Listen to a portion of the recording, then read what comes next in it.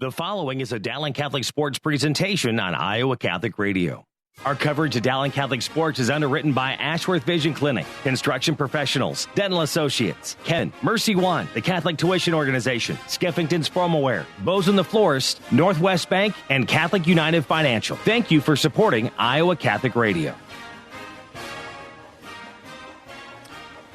And good evening and welcome to week number 3 of the high school football season here on Iowa Catholic Radio and the Central Iowa Sports Network. Mark Amadale joined by Matt Mandring, John Chido, as we get set for another warm night of high school football on this Friday night, gentlemen. Temperature 85 degrees, a little bit of wind, so it's not quite as bad as the 105-degree heat index the first Friday of the year, but it's going to be a warm one tonight. And Matt, we're going to be up here just roasting the press box while Johnny's down the sideline getting all the air. Living life on the sideline. This is the time of year where it's better to be down there than up here, but it'll be a nice night tonight to be anywhere watching this football game. You have two of the top teams in the state. They're going to tangle with each other, and Ankeny coming off a loss that might be unexpected if you're an Ankeny person, and coming in here to Dowling, and it's going to be one team's going to walk out here with 2 losses. That's a really good football team. No question about it. And, John, you'll be on the sideline. This is a rematch of last year's state semifinal where Ankeny won in overtime to knock Dowling out of their 8th consecutive trip to the championship game. Ankeny won the state title. And this is an Ankeny team. Well, they got several players from that team back this year in key positions. They got to replace their quarterback. But, John, this will be an exciting matchup in week 3, Dowling and Ankeny. Oh, it sure will. And, you know, for Dowling fans, Dowling players, Dowling community, you've been waiting a year now for this rematch to come. And, give it another shot and be able to move forward and get over last year. And it's another good Ankeny ball club and a good Dowling ball club. And they've both been tested with tough schedules from the beginning. So it's going to be a test for Dowling's offense against Ankeny's defense tonight. Well, it certainly will. And obviously, with Dowling coming off the win last week, Maroons trailed at halftime 10-0. And they scored 17 unanswered points, Matt, to come from behind and win it. They were 3 out of 4 in their possessions in the second half, and the only possession they didn't score was when they went to that infamous victory formation. Dowling putting up 17 second-half points to overtake Waukee Northwest, who's 0-2, by the way, and hosting tonight Southeast Polk out there at their brand-new facility. But we saw the Dowling offense come to life in the second half after going 0 for 4 in the first half with a turnover. Yeah, and it all comes down to that offensive line, and we saw it both weeks. They came out a little sluggish in the first half, and with new players in there in that offensive line, it takes some time to gel, especially against different fronts.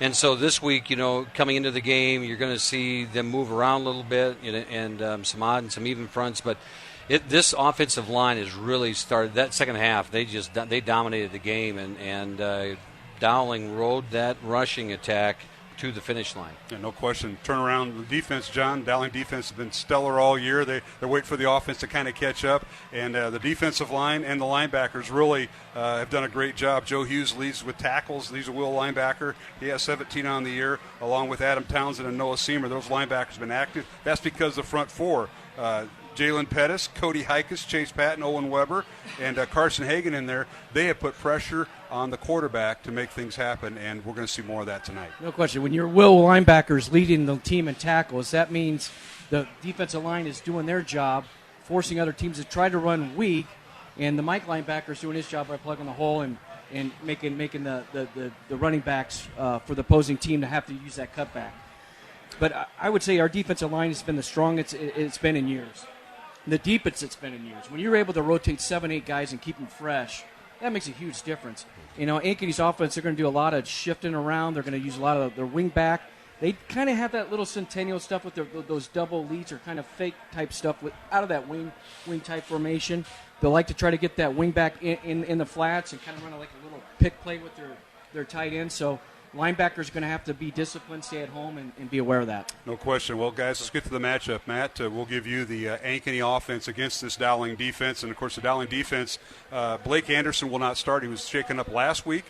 He will come off the bench tonight and play. He got cleared to play. So Jake Anderson will start at free safety, and Kellen Shimon will start at bandit linebacker for the Maroons. But offensively, the Ankeny Hawks, we're going to see a quarterback that's very similar to Dowling's. Loves to throw, doesn't run a whole lot. They run a lot with their tailback, and Kadolf, who's back from their state tournament team. Kadolf, everything's going to run through him on offense. He's just a strong running back, and through 2 games already, he's got 365 yards and 3 touchdowns. So that's what they're going to rely on.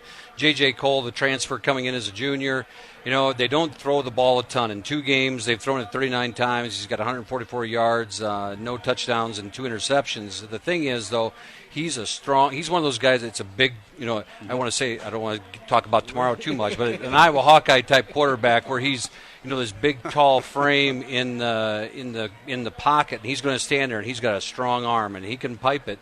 And they like to take shots. They're going to run the ball, and they're going to throw deep, unlike Dowling, who will take it and throw it to the flats and do some of that small game stuff after they run the ball.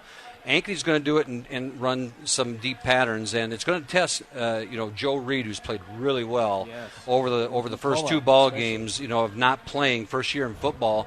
And so it's going to be some of those types of things. How much pressure can Pettis and Hagan and all those guys up front put on J.J. Cole as he stands back there? All right, Matt, let's take the other matchup now, John Chido. It's the Dowling offense against Ankeny's defense. And Ankeny, 4 returning starters, led by Braden Simonson, Jackson Pennegroth, Tamden Webb-Tate, and then Ryan Crandall and Will Cornell. They're 2- and 3-year starters there in their rover and safety.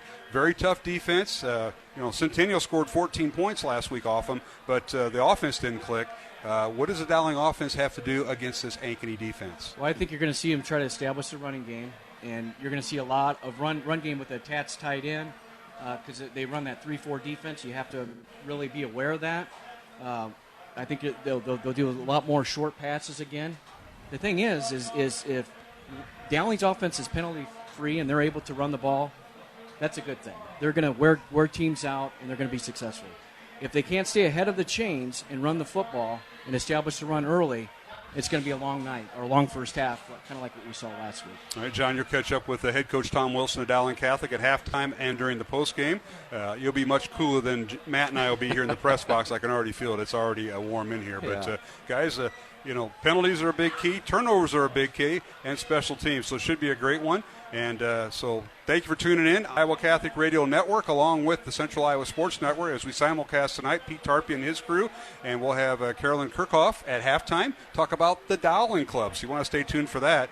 Matter of fact, Matt, my membership lapsed, and I got to talk to Carolyn about that. It did lapse. Well, she'll take your money at halftime. I'm sure she will. Johnny, can I borrow maybe 15, 20, 30? All right. Well, thanks for tuning in to the pregame show. We're going to come back, and I caught up with head coach Tom Wilson of Dowling Catholic. He'll talk more about tonight's matchup with the Ankeny Hawks. Both teams with 1-1 records. Dowling ranked number 2, and Ankeny, the defending champions in Class 4A, ranked 6. We'll be back with more here on Iowa Catholic Radio and the Central Iowa Sports Network. Thank you, Ashworth Vision Clinic, for underwriting Dowling Catholic Sports 365 on Iowa Catholic Radio. Ashworth Vision Clinic online at ashworthvision.com.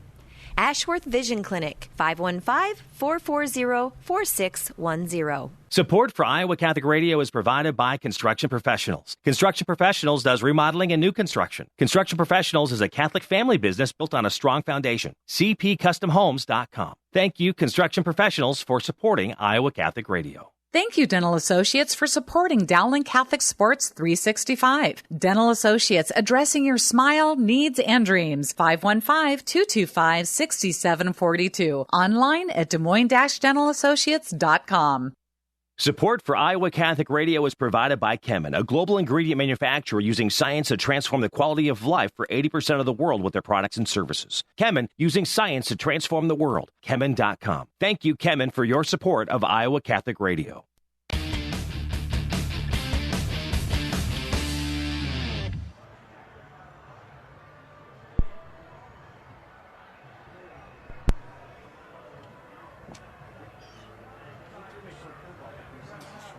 Welcome back to the pregame show here on Iowa Catholic Radio. Mark Amadeo now joined by head coach Tom Wilson here on Iowa Catholic Radio and the Central Iowa Sports Network as Dowling takes on Ankeny here in week 3 of the high school football season. Coach, thanks for joining us tonight, and best of luck against the Ankeny Hawks. All right, thank you, Mark.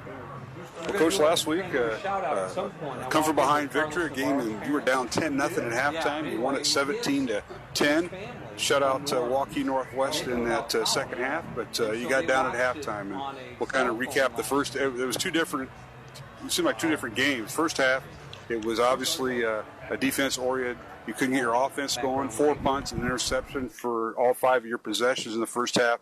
Second half, that all changed. And, Coach, what was the difference? What happened at halftime that changed for you for the better in the second half? I'm not sure we changed much schematically. As you look back on things, really we hurt ourselves many times. We would be going along fairly well offensively, and then we'd have a penalty that would knock us off schedule, and we wouldn't get back on. And it's certainly frustrating and something that we have to correct, because against good teams it makes it very difficult, and you could see that with Northwest. And then in the second half, it was pretty much the opposite, that we stayed on schedule and made some plays and did some good things, and the consistent thing really was our defense. Well, it certainly was, Coach. Your defense was out there quite a bit. They gave up one long run to Tanner Spikesman, their Waukee Northwest outstanding running back. He had like a 60-yard run that put him in position for a score, which they did score later. But I thought some of the young men on defense did a great job. I mean, there's kids that are making tackles, and I know you were playing with some kids that were dinged up. But I want to go back to one of your, I think your cornerback who had an outstanding game. I thought he made some big tackles, and that was Jared Rickey. He saved a touchdown on a kickoff return, and he saved that touchdown from 60 yards by Spikesman. Even though they scored later, he made some big plays. Oh, he did. And, honestly, the long run by Spikesman, they ended up kicking a field goal there, and that ended up being huge, and he didn't give up on the play, and great effort by Jared, and certainly proud of that. He'll continue to get better. He's worked really hard to deserve the playing time that he's getting. And, you mentioned some of those guys. I think our D-line, it's fairly well documented how well they play. But, we've got Shimon in there really for the first action this year. He's been battling back from injury. I thought he did a really nice job, and Jake Anderson's done a nice job. But really Townsend and Pettis are the ones that kind of make all of that go, but the rest of those kids have done a pretty good job. Well, they certainly have, and sometimes you see those kids in other positions, either on offense or maybe special teams, and one of them was Adam Townsend. He got the go-ahead touchdown late in the fourth quarter to give Dowling the victory, but he's been actually a starting linebacker, but he has played on the offensive side. We saw that last year, and we saw it in a key spot last week. Well, we did, and Cam was out, and then CJ ended up having an issue. I think he got poked in the eye or something like that. So he came out, and Townsend was right there, and Meeks grabbed him. We send him in, and he goes 15 yards for a touchdown, and it looked like he was shot out of a cannon when he ran through there. So I can't say enough good things about Adam Townsend. He's a terrific leader and really, really important to our football team. Yep, that's what you expect out of a captain, and that's what he does. Visit with head coach Tom Wilson before tonight's game. Dowling and Ankeny here on Iowa Catholic Radio from Valley Stadium here on the Central Iowa Sports Network, as we'll be simulcasting tonight together. And, Coach, you look at the matchup with Ankeny. Last year it went to overtime in the Dome in the semifinals. Ankeny got the win and obviously went on to the championship game and won it. And the Hawks coming off a loss. And does that kind of make it that you actually saw the Centennial tape with Ankeny? How does that present itself tonight with that matchup? And, they can't be looking by too many teams. They couldn't be looking by their arch rival Centennial. They can't be looking by Dowling. And they can't be looking past Southeast Polk, who they got next week. What's with the Hawks, you think? Well, they're a really talented team, and I think Centennial obviously played well and very inspired. I think Ankeny helped them with some untimely penalties that certainly hurt them, would keep drives going for Centennial or hinder a drive for Ankeny. And it's crazy how it can unfold sometimes. We've had teams here where we lose a game where you just kind of shake your head. It just didn't work out for us that night. And, we go on and win a state championship. So a lot is a learning curve. Sometimes you have to overcome obstacles, and sometimes you have to learn how to handle success. And I think that's probably what they're dealing with right now. But, our concern is really us. We know we have a really good football team coming to Valley Stadium, and we're going to have to play really, really well to be able to win. Head coach Tom Wilson is my guest here on the pregame show. We'll take a break, come back. We'll talk more about the matchup with Ankeny and Dowling Catholic tonight from Valley Stadium. This is Mark Emmerdale. We'll be back with more here on the CISN.TV and the Iowa Catholic Radio Network. Support for Iowa Catholic Radio comes from Mercy One, your expert circle of personalized care for all your health needs. With more care locations than anyone, your best life is their one purpose. Find your doctor at mercy1.org. Support for Iowa Catholic Radio is provided by Skeffington's Formal Wear, in business since 1951, with locations in Des Moines, West Des Moines, Davenport, Coralville, and Ankeny. Skeffington's Formal Wear, fitting you for life celebrations. Online at skeffingtons.com. Support for Iowa Catholic Radio is provided by CTO. What great news for donors to the Catholic Tuition Organization. You now receive 75%. Yes, 75% of your donation back in Iowa tax credits beginning January 1st of this year. Your support has helped thousands of students attend our Catholic schools. Best gift ever. Online, ctoiowa.org. At CTO, the bottom line, it's for the kids and their future.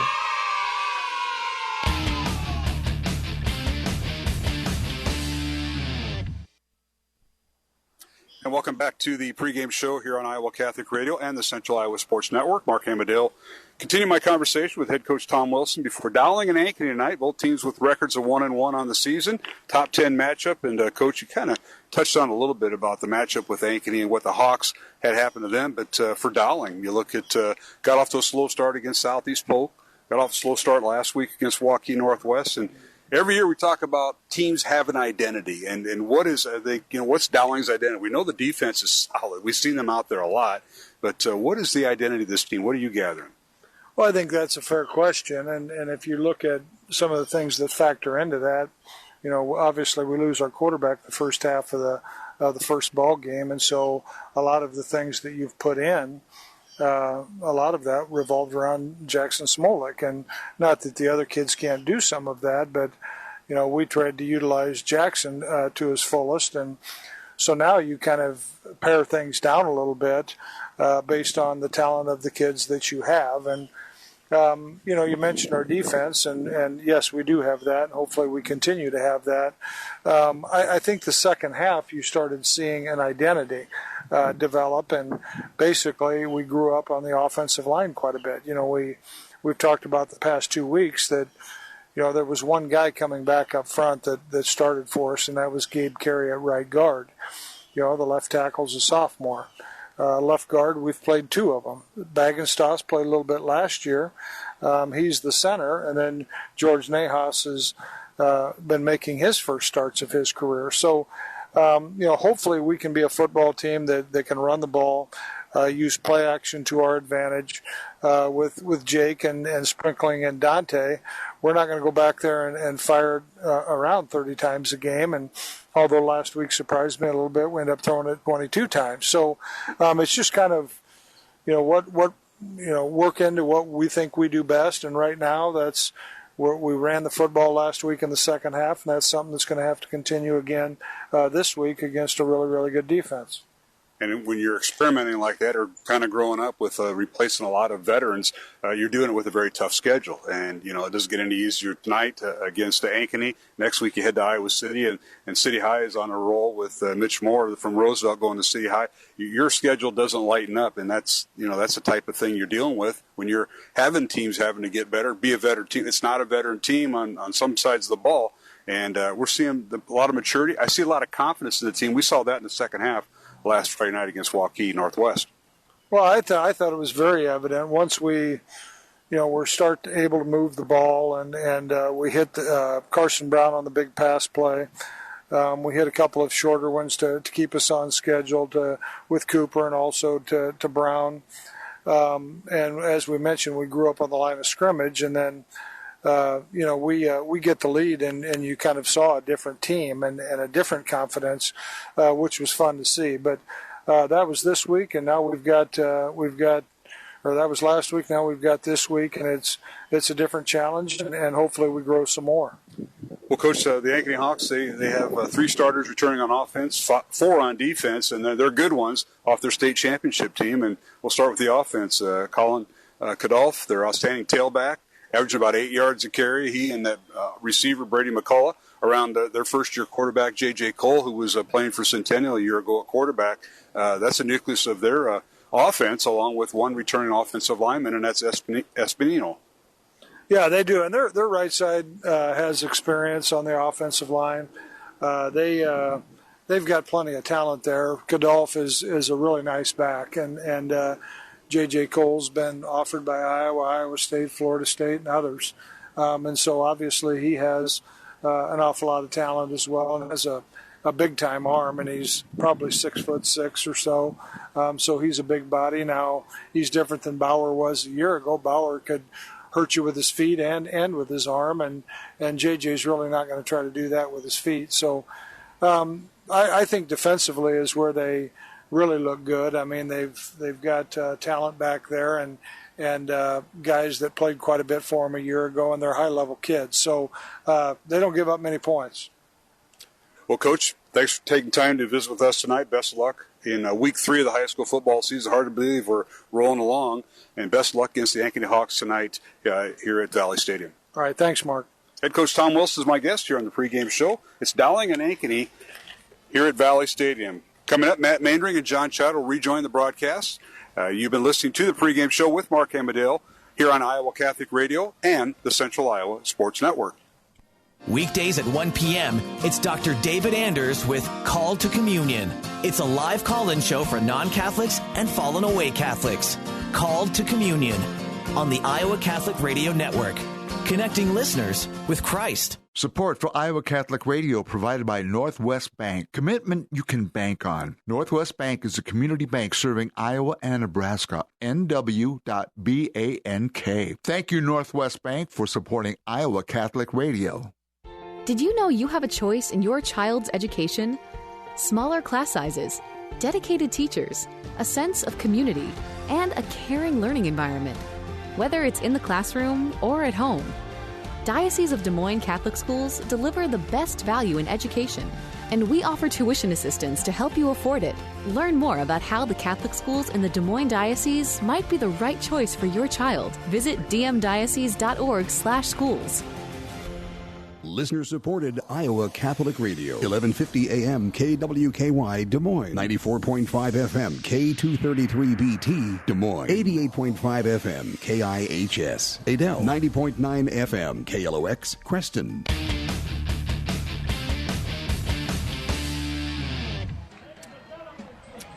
Back here at Valley Stadium, West Des Moines, week 3 of the high school football season. Mark Amadale, Matt Mandring, John Chido. We just heard from head coach Tom Wilson of Dowling Catholic about the matchup tonight. The defending state champions Ankeny Hawks taking on Dowling Catholic. Both teams 1-1, Matt, both ranked in the top 10 in Class 5A, so there'll be a new champion this year in Class 5A later on in November. But the Hawks were the champions in Class 4A, a class they don't belong to this year, and just like the rest of them. So it's one of those type of deals. Yeah, and the Ankeny's finding out, when you win that state championship, that target on your back is pretty big. Real big. Real big. And, so everyone's coming out and gaming for them. And, it's great competition. And that in-town rivalry game is a tough one, because you could have two teams that aren't close talent-wise, and those games can end up in being a battle. And so Centennial pulls it out. Not to say that Centennial's not talented, because they are, and this team is as well. And, probably a team also that's trying to find their identity at the same time. Sure. Are we going to, we got a quarterback that can stand there and throw the ball, but we are still a run-first offense. So, that'll be interesting to see it play out as they go through the year. All right, well, game time conditions here at Valley Stadium in West Des Moines. We have 85 degrees. The feels like temperature is 87 degrees, humidity at 49%, and a south-southeast breeze at 10 miles per hour. That'll be blowing from right to left, south to north here at Valley Stadium. John Chad is the third member of our crew, and he's down on the Dowling sideline tonight. And, John, we forgot to mention it's Catholic Football League night. We saw a bunch of people, and young men and some coaches, run across the field after they were introduced. Johnny? Yeah, it's always good to see the youngsters out here and celebrating their league and their team. And the Catholic Football League is an important part of the Dowling football program. That's where it all starts. And it's just great to see the number of kids for these ages and how they say football's down in numbers. You looked at the number of kids that ran across this field tonight, and I'd say we're up big time in numbers this year. Yeah, no question. That's great. We'll get some input from Andy Jepson, the president of the Catholic Football League, at times throughout tonight's broadcast, so we'll keep him on standby. But first, we're going to take a break. We're going to send it back to our Iowa Catholic Radio studios as we simulcast tonight's game with the Central Iowa Sports Network. We'll have a word from Dr. Dan Ryan, the president of Dowling Catholic High School, who was our halftime guest last week. Yeah. Spoke very highly of you off air, Matt. I was impressed with that. Dr. Dan does a great job. And we'll also have Father Ryan Andrew, the chaplain for Dowling Catholic High School. We'll have a prayer from him. So let's take it to our Iowa Catholic Radio studios, and we'll come back with a kickoff. It's Dowling and Ankeny, week 3 of the high school football season. Kickoff coming up next here on Iowa Catholic Radio and the Central Iowa Sports Network. Hi, this is Dr. Dan Ryan, president of Dowling Catholic High School. Welcome to another season of exciting Dowling High School football. We are proud to be partners with Iowa Catholic Radio, not only broadcasting football, but also being partners in preparing Christ-centered leaders for life. Go Maroons! Hello, my name is Father Ryan Andrew, and I'm the chaplain at Dowling Catholic High School. Let us pray for the coaches, players, and trainers for this athletic competition. In the name of the Father, and of the Son, and of the Holy Spirit, amen. Heavenly Father, we thank you for all your gifts. We ask you to bless all those involved in this athletic competition tonight. We ask that you keep them safe, and that they all show good sportsmanship. We ask this through Christ our Lord, amen. All holy men and women, pray for us. In the name of the Father, and of the Son, and of the Holy Spirit, amen. Dowling Catholic! Dowling Catholic! Yeah!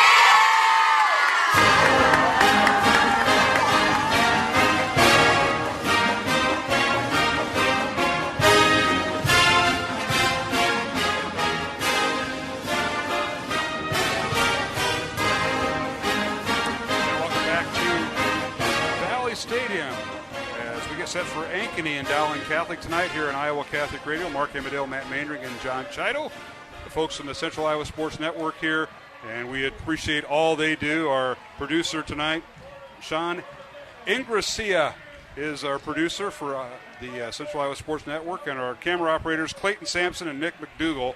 And Matt Maindring, as we get set, we have the coin toss out there, and Mike Vinn is our official. Let's see if we can pick this up. Looks like Dowling deferred. Yep. And Ankeny will receive and defend the north end zone. So we got that all out of the way. But, looking at the Dowling roster, we mentioned, Blake Anderson will not start tonight at safety. Jake Anderson will, and Blake will come in for Jake, and then Jake will swing over to bandit linebacker. So that's kind of the rotation of the defense. But it's good to see him. We'll see him, number 91 out there, Mada Brua, number 12. He had some health issues during the preseason camp. All of August and part of September, he got cleared and is eligible to play tonight as far as health-wise eligibility, and that's always good news. Yeah, it is, and he's a great young man, and it's good to see those kids get back to health. And when you're talking about the issues he was working through, it's hard because it's not a broken finger or a wrist. Right. It's things you can't really see, and so he's back at health, and he was walking a little taller in the hallway today. I think he's ready to go. So, all right, let's take a look at the Dowling defense. The starters up front: Jalen Pettis at one linebacker, along with down tackle Cody Hikus, Chase Patton, nose guard Owen Weber at down lineman, and the cornerbacks are Jared Rickey and Joe Reed, and the linebackers for Dowling, and they're good ones. Kellen Shimon gets the start at bandit linebacker tonight. Adam Townsend, the captain. Second on the team in tackles, along with Joe Hughes, who leads the team in tackles. Noah Seamer, and then the safety tonight will start Jake Anderson, but again, Blake will play for the Maroons. For the Ankeny Hawks, the quarterback is J.J. Cole. He is a young man who transferred to Centennial right before basketball season. Cole's a 6'6 junior, weighs 230 pounds, likes to throw, doesn't run a whole lot. He'll wear number 12. He has thrown for 144 yards, no touchdowns this year, and 2 interceptions. Colin Kadolf, number 32, their outstanding tailback, has 3 touchdowns this year, and he averages 8 yards a carry. He'll be in the backfield. And their wide receivers, Brady McCullough, and I think Johnny talked about this earlier, and so did I with you. He was a big playmaker for Ankeny last year. Yes, they had Arlen Bruce, but when you start focusing on Bruce, McCullough was open. Yeah. Now it's just McCullough, along with Maddox Ward and Jacob Morgan. Tight end is Carson Booth. And then the left tackle, Ethan Thomas. Drew Mosaweiss is the left guard. Ryan Mayer is the center. Antonio Espino, a 3-year starter now at right guard, number 67. And Joe Kingston, a 2-year starter at right tackle, number 74. That's the Ankeny starters. And Ankeny will receive. They're in their road white uniforms. maroon numbers, gold pants with white helmets. Dowling in their home, maroon jerseys, white helmets, white numbers, and white pants. And Diego Leon will kick off. He's kicked off 6 times this year and 1 touchback. And we're underway here at Valley Stadium, Ankeny and Dowling. High end-over-end kick, and does it go out of bounds? It does at the 1-yard line. Yeah, that's tough. Just missed that pylon. Yeah. It'll be 1st and 10. Hawks at their own 35-yard line with the penalty against Dowling to start things out. And John Chital, let's go back down to you on this offensive series for Ankeny, but the Dowling defense gets to be on the field first. Yeah, I think that's what Coach Wilson and the rest of the crew wants. It's the defense to be out on the field first to establish their dominance that they've established throughout the season so far and start the tone right. And hopefully it works out for them. All right, the Hawks will have it 1st and 10 from their own 35-yard line. Dowling penalized on the opening kickoff as the ball was kicked out of bounds. So J.J. Cole will work out of the shotgun. He's got 1 receiver to the left at the top of your screen. The tailback cut off right over right guard, bowls his way forward and picks up maybe 2 yards for a gain of 2 to bring up 2nd down and 8. That offensive line for Ankeny, they run 6'3", 230, 6'2", 265. There's some big men down there, 6'2", 235 and 250 and 305. So it's a big front. No question about that. As Ankeny now with 2 receivers right, 1 to the left. They do a check with me with their coaching staff. The head coach is Rick Nelson for Ankeny, 7th year. Won a state title last year, and the give is to Godolph. He finds a little opening. He crosses the 40-yard line, wrapped up right at the 41. He'll gain 4 yards to bring up 3rd down. Nice play by Noah Seamer coming up and filling the gap, because when he got through the line of scrimmage, it looked like there was a pretty good-sized hole there for Godolph to run through, and Seamer cleaned it up just as you designed it from a defensive standpoint. All right, 3rd and 4 for the Hawks. Just underway here in the first quarter. Game conditions, temperature 85 degrees, hazy skies. And now here's play action. Cole back to throw, fires the ball out. The pass is caught, and that is Ryan Crandall, I believe, on the reception. It is. Crandall, 6'4", 210-pound senior wide receiver, makes the catch for the 1st down. He's I think he's the other target that's going to be looked for on this Ankeny offense as they start to move the ball down the field a little bit. Is Crandall's one that's been kind of quiet. 8-yard reception that time. 1st down Hawks, and now a little swing pass to Crandall. Breaks a tackle across midfield and down into Dowling territory at the maroon 48-yard line. Nice little slip tackle after he made the catch. Yeah, Joe Hughes was coming up and read the play perfectly, and Crandall was able to just give a little shake and get by him, and then the rest of the maroon defense rallied to the ball. All right, we'll bring up 2nd and 7 from the Dowling 48. Crandall will gain a 3 on that last reception. Cole out of the shotgun, and the give is to Godolph. Right up the gut he goes, and he stays with it and fighting for yardage down to the Dowling 45. He'll pick up 3, and it'll bring up 3rd and 4. Getting up off the bottom of that pile, number 65, I believe that is, or 55, Ethan Thomas. He just kept chugging the offensive lineman there just kept chugging his legs, and Godolph is just right behind him, grinding away, and they squeezed a couple yards out of that. Well, the Maroons now flip-flop Pettis and make him to the top of your screen. Here is 3rd and 4. Back to throw Cole. He'll keep the football, and he slides, and he's hit and drilled right about the 42-yard line. He'll be shy of the 1st down, and he took a shot that time. Yeah, he did, and he didn't slide as quickly as I think he wanted to, and he got hit. He got met at that line at the 2 yards before, and that was number 25, Adam Townsend, that senior defensive leader, coming out there and preventing the 1st down play. Townsend, a captain of the Dowling linebackers, and when it was a two-way player, last week scoring the winning touchdown from 15 yards out after one of the Dowling running backs had to go out. 1 carry, 15 yards. That's done a touchdown. Pretty good season average. Yeah. All right, Ankeny is forced to punt. They're going to punt it from the Dowling 42 with 9 minutes remaining here in the first quarter. No score.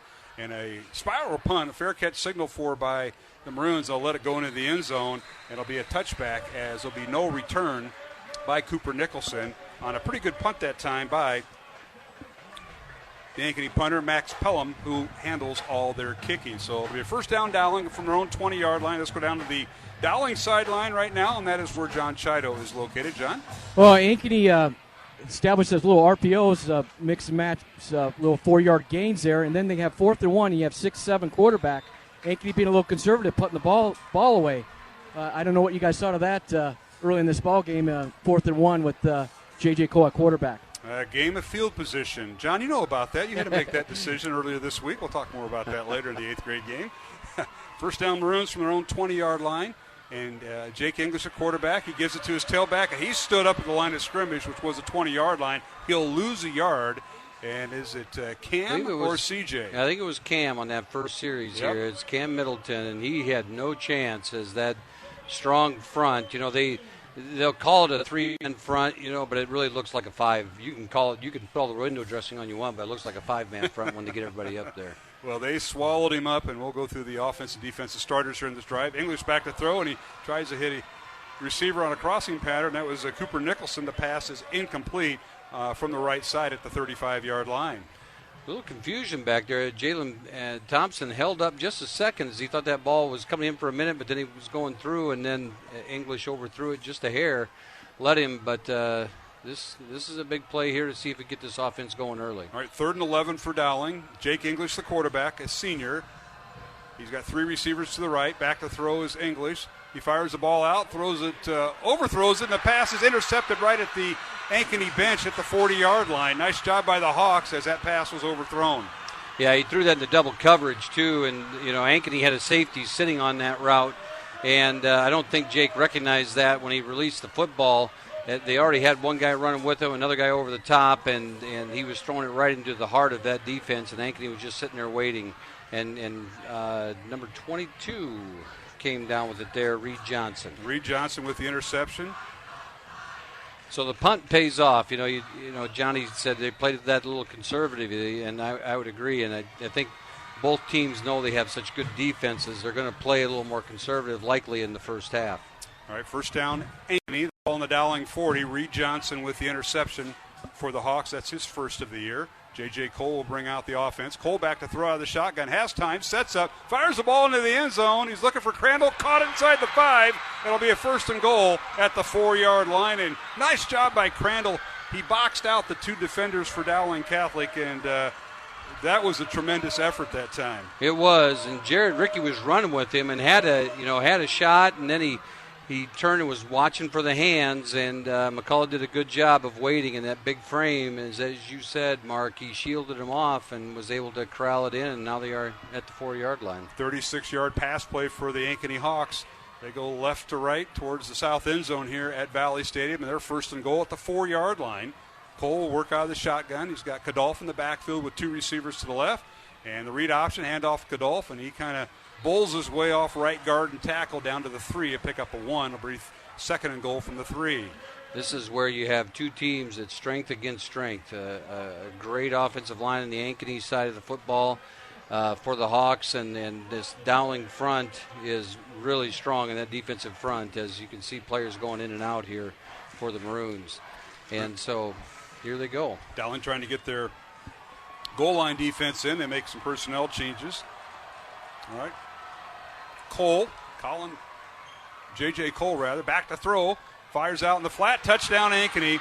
A little swing pass to Godolph. They forgot about him in the backfield. He didn't go up the line, and a little swing pass to the right, touchdown Ankeny, and Godolph scores, and it's 6-0 Hawks over Dowling at the 7:09 mark, first quarter. You're exactly right, Mark. That running back is so hard to cover out of the backfield. The linebackers usually get assigned to him coming out of the backfield, and he just sat too long waiting for the receiver to come out, or for the running back to flare out. And Cole is too good of a quarterback. He's going to zing it in there, and they hit the money. All right, Pelham in for the extra point. He's been perfect on the air. The ball is down. The kick is up and good. 7-0. Ankeny leading Dowling Catholic here in the first quarter from Valley Stadium. And we'll take a break here on the Central Iowa Sports Network and Iowa Catholic Radio. This is a Young Catholic Minute. Why should I save myself for marriage? On February 14th, 1992, I held 23 Punch-Out Sesame Street Valentines, and one Valentine starring the Teenage Mutant Ninja Turtles. I couldn't wait to give it to the one woman, girl, in my entire kindergarten class who I thought was special enough to receive it. Believe it or not, the gift of yourself is infinitely more precious than a Ninja Turtles Valentine, and it should be saved for more than just someone special who I love so much. When you give yourself to your husband or wife in marriage, you love like Christ, who gave his body up to sanctify his bride in a new covenant. In the same way, sex is only loving when it is a living out of the covenant of marriage. Otherwise, it's just lust. And so the more time you spend with Jesus, who is love and invented marriage, the more the beauty of sex will appeal to you, and the more the empty glamour of lust won't. For more, go to youtube.com/youngcatholic.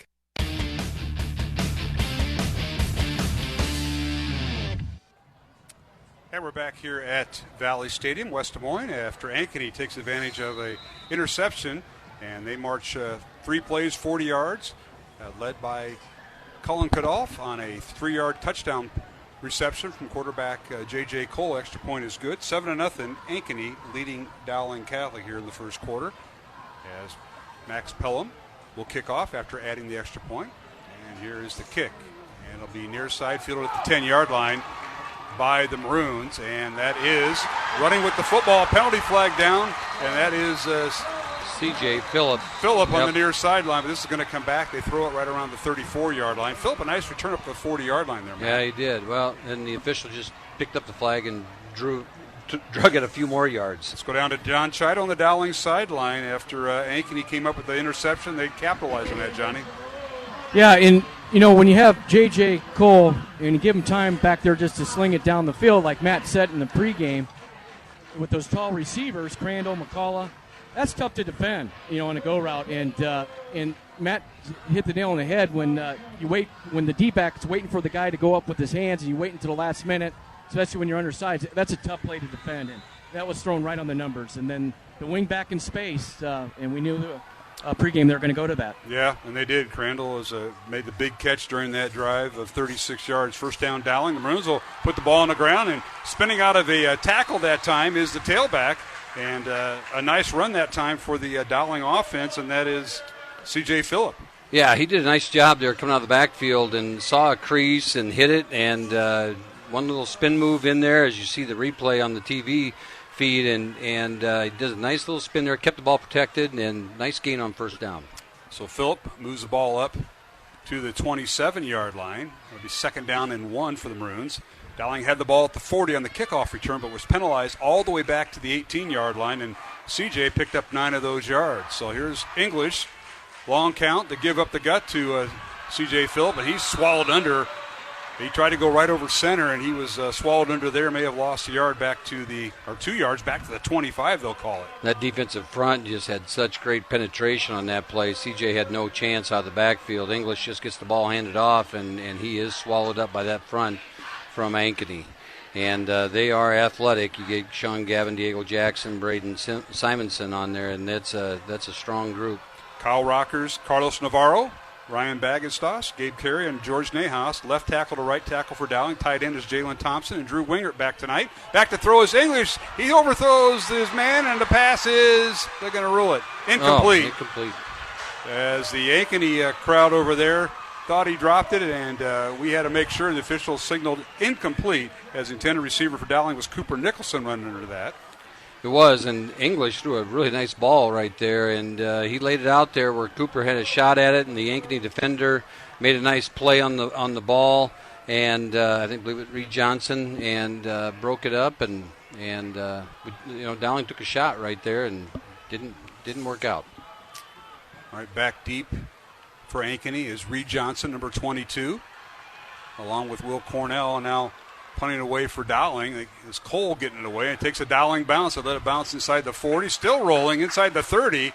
And Ankeny will start 1st and 10 from their own 39-yard line with 5:26 remaining here in the first quarter. 7-0. The Ankeny Hawks lead Dowling Catholic. Mark Amadeo, Matt Maindring here in the press box. Let's go down to the much cooler sideline on a very warm 85-degree night. That's John Chido with the Dowling sideline report. I don't know why you keep saying cooler. It's like I have a coat on or something down here. But it's pretty toasty jacket down here as well. There's not much wind going, but it is nice. It's not extremely hot down the field, so you should see a lot cramping up. This is a big series for the Dowling defense. We don't have to say much more about that, but when you're down 7-0, it's a huge series for them. No question. And now J.J. Cole, the quarterback, inside handoff, and that is Kadoff, and he's got the first down. Nice little play. He went outside the left tackle, kind of angled his way left, and he went outside the left tackle and picked up yardage up to the 43-yard line. Yeah, over top of Thomas and Monsivice and found an alley there. Kadoff just kept him going. You can see, he just followed his blockers. He's a patient runner and found room, and they were able to chisel right through the Dowling defense right there. Pick up a 14 yards and a Ankeny first down. This drive started back at the 29-yard line, so here's Cole again and gives the handoff to Kadoff. He fakes the end around, but Kadoff dives into the line and maybe up to the 45-yard line, pick up a 2 to bring up 2nd and 8. Yeah, they run that motion, that distractor. It looks like window dressing, and you're just waiting for that one time when someone doesn't follow through, and then they're going to hand it off out there. 3 yards. Ankeny Centennial is going to be patient and want to do that, grind it out, and then take their shot deep. 2nd down, 7 for the Hawks. J.J. Cole at quarterback, 6'6", 230-pound and a junior, and the read option. Cole fires the left side. Pass is caught. Nice reception over there by their wide receiver, and I believe that was Ryan Crandall. Crandall, who I don't believe maybe had one reception coming into the game, and tonight is someone that has JJ's attention back there. JJ Cole's attention is someone they're going to. Corners are giving them those outs, and they're playing off. They're giving that cushion, and those 4-yard outs, 5-yard outs are there every time right now. And Cole's got that big-time arm. He doesn't run a lot, but he can sling it. All right, Ankeny with a 3rd and 2 from the Dowling 49. 2 receivers right, 1 to left. Low snap, and Cole's going to have to do it himself. He puts his head down. He was shy of the first down at the 48-yard line. He did gain a yard, but that was kind of not a busted play, but he didn't handle the snap very well, Matt, and that cost him a couple steps. Yeah, it did. I didn't quite see what happened on that snap, but he had to fumble around with it a little bit, and here Ankeny is going to make a different decision they did in the last series, or the first series, and it looks like they're going to go for it here on 4th and 1. Well, they didn't go for it the first time they were in Dowling territory. They got all the way down to Dowling 42, and they punted. Now they're going for it. 2 tight ends, a receiver on each side of the formation. Kadoff in the backfield, quarterback sneak by Cole, and he puts his head down. Looks like he has it. First down, Ankeny at the 46 of Dowling, and pick up a 2. Right there, Cole used that 6'6", 230 frame and climbed right in behind his center, Ryan Mayer, and 6'2", 235, and leaned forward and got the first down. Dowling defense out there, Jalen Pettis, Cody Hikus, Chase Patton, Owen Weber. We'll see Carson Hagan at times up front. And the linebackers, Kellen Shimon, Adam Townsend, Joe Hughes, Noah Seamer. And the cornerbacks for Dowling are Joe Reed and Matt Hanton. And Jake Anderson and Blake Anderson playing the safety spot. So it's first down, Ankeny Hawks from the 46 of Dowling, and they fake the end around. They give it up the middle to Kadoff, and he gets inside the 45, down to the 43. He'll pick up 3, and he'll bring up 2nd and 7 for the Ankeny Hawks. Right there, Joe Hughes comes up and makes a good play from his linebacker position. Again, he's clean. No defenders on him. Is able to hit the alley and get a hit on Kadoff early, so it limits it to a 2-yard gain, 3-yard gain. 2nd down, 7. We're approaching the 3-minute mark here in the first quarter. It's Ankeny 7, Dowling Catholic nothing here on Iowa Catholic Radio Network and the Central Iowa Sports Network. Now penalty flags down, and this will be offside against Dowling. So this will be 5 yards against the Maroons. That'll put the ball down inside the 40-yard line to the 38. An interesting call. You don't see that very often in the middle of the field, and this defense, the way things are going right now, cannot afford to give up 5 unearned yards. They called Joe Reed offside for Dowling. 5-yard penalty. 2nd and 2 now for the Hawks. Line of scrimmage is a Dowling 38. Ankeny going left to right. Now the ball snapped loose over Cole's head, and he'll just fall on it back inside the 45 of Ankeny. So a big loss there on the fumbled snap.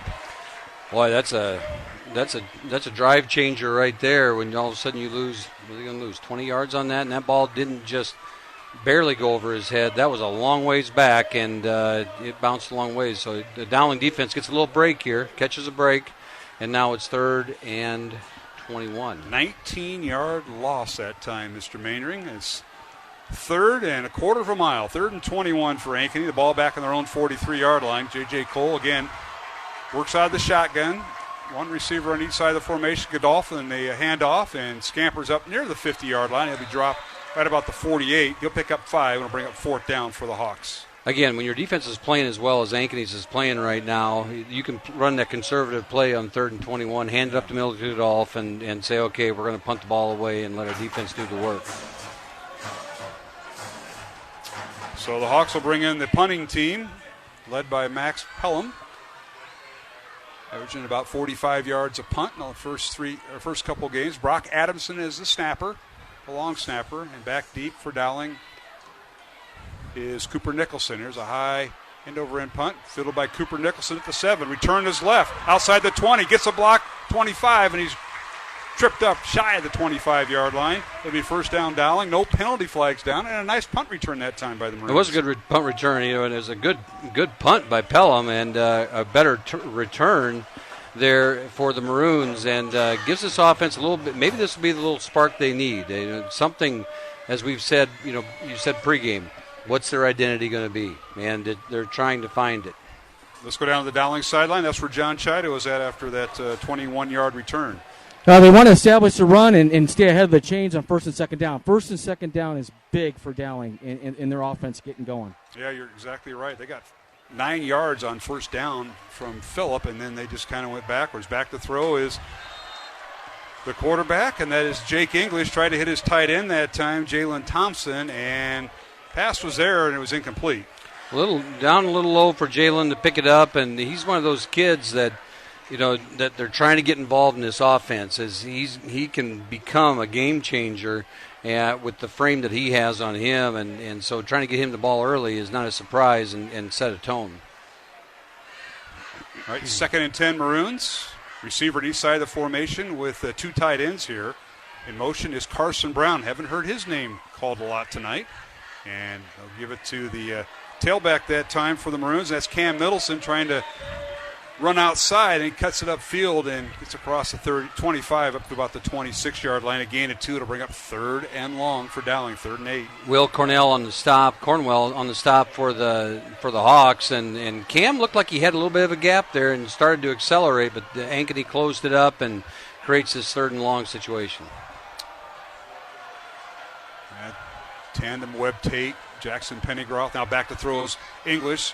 He fires the ball downfield. It's caught right at midfield. Cooper Nicholson, I believe. Yes, 1st down Dowling at midfield. Jake had some time to throw, set his feet, and threw a bullet. Of course, he just signed with Ellsworth to play baseball, and he threw a fastball to Cooper Nicholson for a 1st down. He did, and the Ankeny's running this too deep zone coverage with their safeties, and it allowed the middle of the field to be wide open, and Nicholson hit that seam, and Jake English hit him in stride. 24-yard gain on the play. Jake English to Cooper Nicholson. 1st down, Dowling at midfield. Here's the snap, and it's Dante Cataldo in there, and he gives it to the Dowling tailback, Cam Middleton. He goes up the gut and down to about the 46, maybe the 47-yard line. Let's see where they spot it.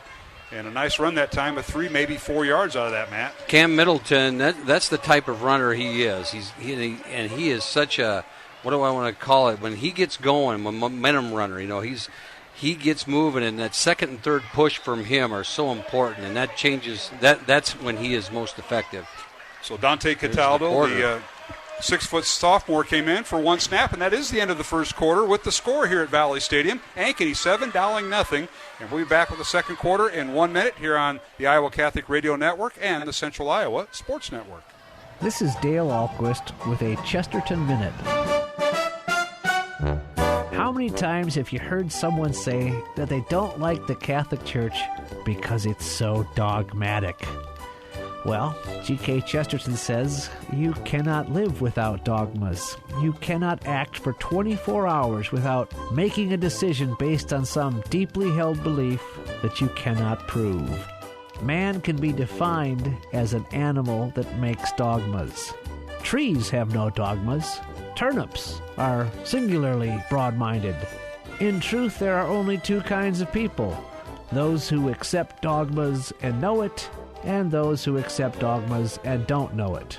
So when someone objects to the Catholic Church for being too dogmatic, it only means that they are dogmatic against it, even though they have no idea what their own dogmas are. Want more than a minute? Visit us at chesterton.org. Listener-supported Iowa Catholic Radio. 1150 AM KWKY Des Moines. 94.5 FM K233BT Des Moines. 88.5 FM KIHS Adel. 90.9 FM KLOX Creston.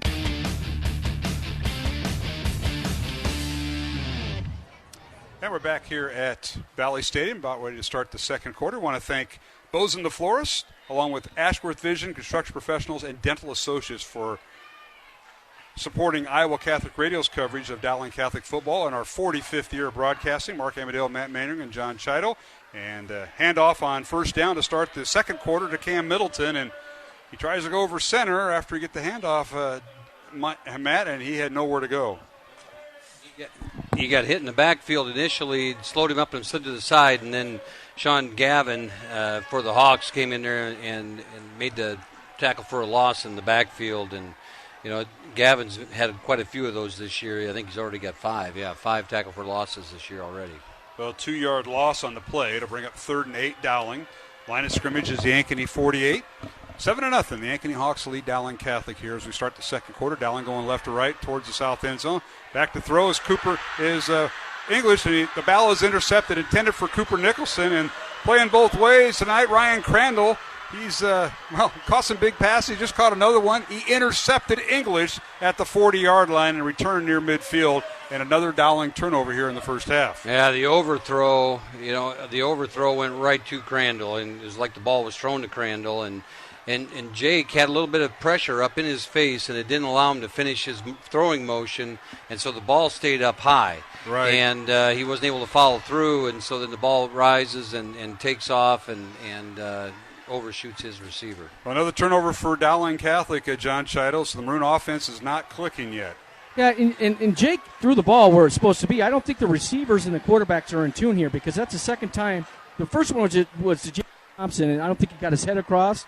That one, the same situation. The receiver didn't get his head across enough because I think if he would have been able to catch that ball. All right, Cole, the handoff to Godolph, and he is stacked up right at the point of attack.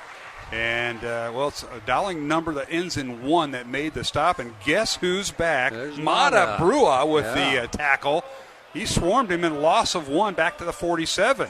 Yeah, Mata Brua there with a nice tackle, and he did swallowed him up is probably a good thing.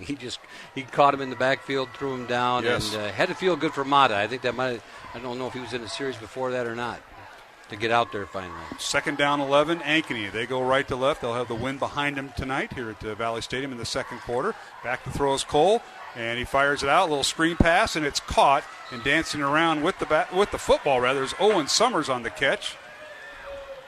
Pretty good coverage by the Dowling defense, and you could see when you see that play happening and all the defensive linemen are going through untouched, you're thinking screen right away, and the linebackers read it and made the play. I'll check that. It's McCullough on the catch. And it's down. It's up to the 50-yard line. Gain of 3. McCullough with his first reception. That's the young man Dowling was concerned about. All right, and now here's Cole, handoff to Godolph, and he's struggling to get the first down. Breaks a tackle. He's finally corralled inside the 40. Picks up the first down.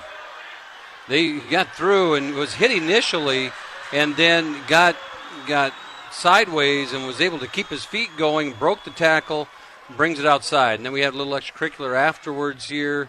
This might go against Dowling. There's a flag on the field. All the way down to the 37-yard line, so a 13-yard run.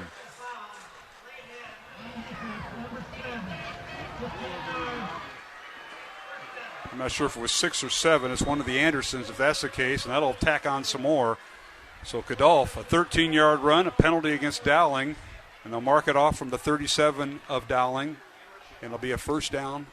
Hawks at the Dowling 22. Adam Townsend had him in his grasp there for a little bit, but Godolph is a strong runner, and you got to get those legs wrapped up strongly, and he was able to break through and get the first down and the penalty on top of it. All right, 7-0 Ankeny. Cole on read option. He'll give it to Godolph, and he bowls his way towards the 20-yard line to pick up a 2 to bring up 2nd and 8 for Ankeny. They're trying to grind the clock down here with 9.5 minutes remaining here in the second quarter. 7-0 Ankeny. And, both games, this year, Dowling has started this way with the defense on the field most of the first half and the offense struggling. Both times they've been able to avoid a 2-touchdown deficit going into half, and so it's important here to get a stop. Even if it's a field goal, that's a win for the defense here. All right, here is Cole, and he'll give it to Kadolf, trying to get outside. Outside the numbers, he goes, angling for the far sideline, inside the 5, and he's got the first down. They'll mark him out back at the 7-yard line. Yeah, you get the defense got walled off there at the line of scrimmage, and whoever had contained got sealed inside as they pulled both 67 and 57, and they collapsed that edge, and then Kadolf jukes one runner, and he's down the sideline. So a gain of 13 on the play for Ankeny, and it's 1st and goal, Hawks at the Dowling 7 with under 9 minutes remaining first quarter. 7-0 Ankeny. They scored first on their opening possession. They went 3 plays, after our second possession, after a Dowling interception. They went 3 plays, 40 yards, and it was Kadolf on a 3-yard touchdown reception from quarterback J.J. Cole. Now we're going to have a timeout called. We'll take one ourselves. 8:58 remaining, second quarter, 7-0 Ankeny over Dowling Catholic here on Iowa Catholic Radio and the Central Iowa Sports Network. 60 Seconds with Archbishop Fulton J. Sheen. Because God knows all things and because he is creator, it follows that every single thing in the world was made according to an idea or a pattern existing in the divine mind. Look round about you. You see a bridge, a statue, a painting, a building. Before any of these things began to be, they existed in the mind of the one who designed or planned them. In like manner, there is not a tree, a flower, a bird, an insect in the world that does not in some way correspond to an idea existing in the divine mind. The people you know and trust are on EWTN.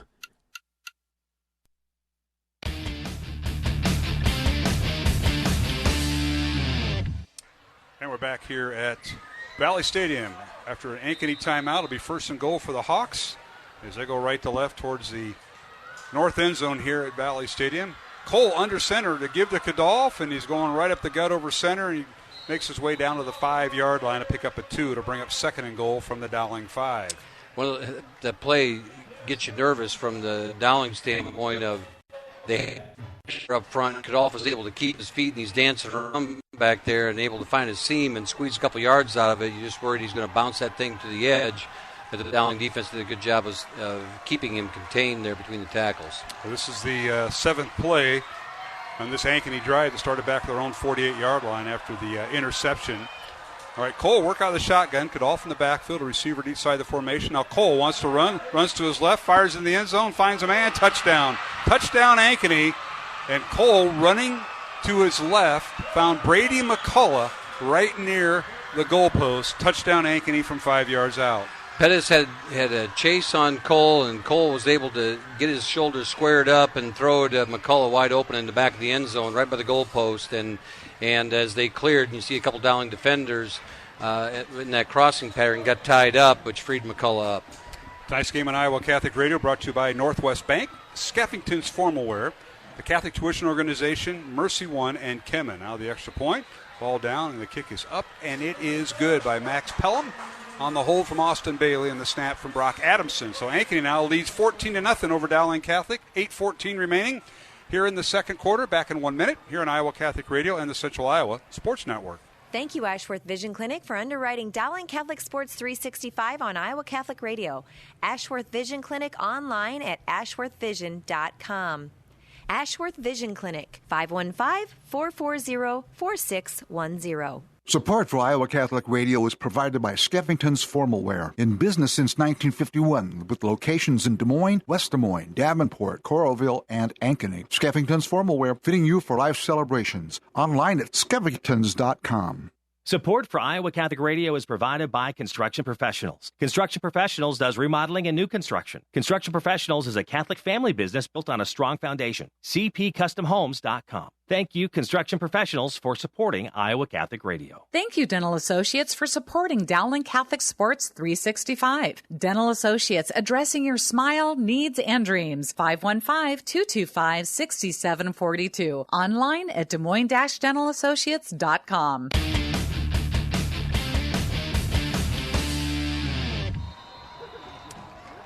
And we're back here at Valley Stadium. Ankeny taking advantage of a Dowling turnover.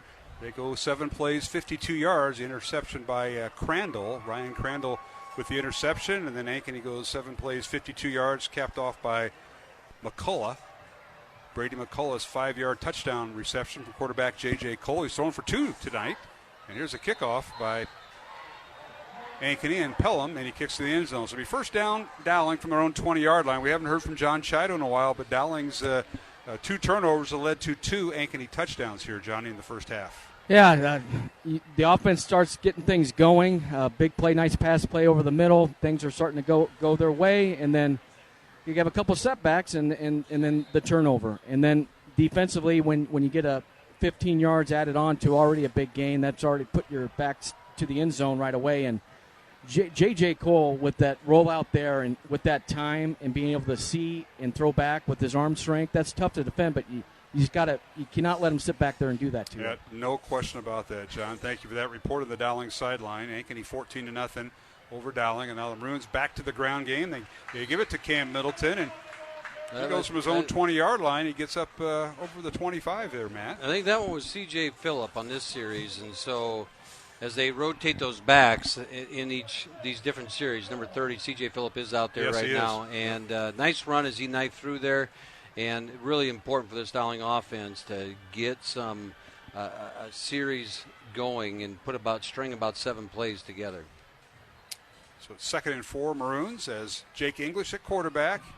And the give is to Phillip. And C.J. spins out of a tackle, and he's going to be stacked up for about no gain on the play. Back to remains in the 26-yard line. It gets tough going in there with those Ankeny down linemen. And you look at Sean Gavin, Diego Jackson, Braden Simonson, and Nick Eaton, the front 4. And the linebackers, Jackson Pennygroth, Tamden Webb-Tate, Nate Nessa, and Ben Sandvig, the linebackers. Cornerbacks are Reed Johnson and Ben Sandvig, and Ryan Crandall and Will Cornwell, the safety. So tough going in there for the Maroons. Ankeny with 4 returning starters off their state championship game on defense.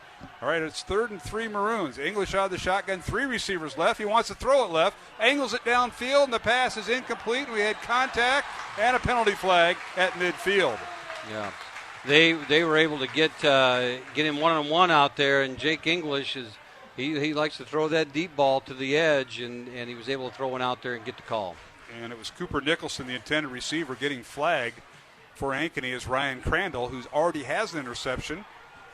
And when those receivers are running when those DBs are running with the receivers step for step, and the ball is underthrown, and that receiver has to slow up, and then the defensive back runs over him. I think it's hard to stop, but you got to call it. So it'll be a first down Dowling at should be the 41-yard line. Officials are was there another penalty on top of it? I don't know what's going on here. The offense is already up to the line of scrimmage. They'll move it back. Let's take a look here. I want to thank Ashworth Vision, Construction Professionals, Dental Associates, and Kemen here on the Iowa Catholic Radio Network. They're going to measure for a first down, I believe. No, they're not. Move the sticks. There they go. I think we got things situated now. All right, 42-yard line. I was off a yard. I had the 41, so it'll be first down Maroons. With 6:50 remaining, second quarter. Dowling trailing. It's 14-0. Ankeny ranks 6th this week. And Dowling ranks 2nd. Both teams 1-1 records. Now the read option. English to give right up the gut. Turning the corner is Phillip. And C.J. across the 45 up near the 46. He'll gain 4 yards. Nice run by C.J. Phillip as he let the play develop in front of him, which was a good move. And he found that weak side seam, cut it back, and was able to get some yardage up the field before Braden Simonson drug him down from behind. Second down is 6 for the Maroons. 6:20. The game clock continues to run here in the first half. Ankeny has 2 timeouts left. Dowling has all 3 of theirs. And The give once again is to the tailback, C.J. Phillip, and he spins out of a tackle and may have fell forward for a half a yard, and they're going to put the ball down right around the 47, so little or no gain there. A tough sled into the middle of that Ankeny defense, and right there, that was Diego Jackson able to latch on to C.J. and drag him down. So a familiar situation for the Dowling offense, 3rd and 5, 3rd and long. You're looking for these 3rd and 2, right. 3rd and 1, and 3rd and 5, which ends up being a passing situation. All right, 2 receivers left, tight end, double tight ends in there. English on the read option gives to C.J. Phillip, but he swarmed under. Tried to run right, and that everything collapsed. A lot of white shirts in the backfield. Those are the Ankeny Hawk defenders making the stop back at the 44-yard line, a loss of 3. They're bringing 6 guys up there into that front and able to make things happen up there as again, that was Diego Jackson just stood up the offensive lineman and forced CJ inside, and that allowed the linebackers to make the play. All right, John Cole into punt for Dowling. Gets a good snap from Hagan, and it's a high end-over-end kick. Going to be fielded at the 25-yard line. Ball's touching, it's loose, and Dowling and Ankeny defenders all over it inside the 20-yard line. Football. And they'll give it to the Maroons. Fair catch no fair catch was signaled by Ankeny, and I'm not sure. They have 4 guys back there at times, McCullough, Cornwall, Simonson, and Reed Johnson, and they didn't fair catch it. No. It was a muff punt, and you can't advance it, but you can fall on it, and it's a first down Dowling. That's correct. It goes back to where the ball was first touched. So let's see how we can see the replay here on the TV. So this would be at the 20, probably should be at the 25-yard line because that's where the first touch is. It doesn't matter where it gets recovered, but they're going to put the ball at the 18. We won't say anything and move forward.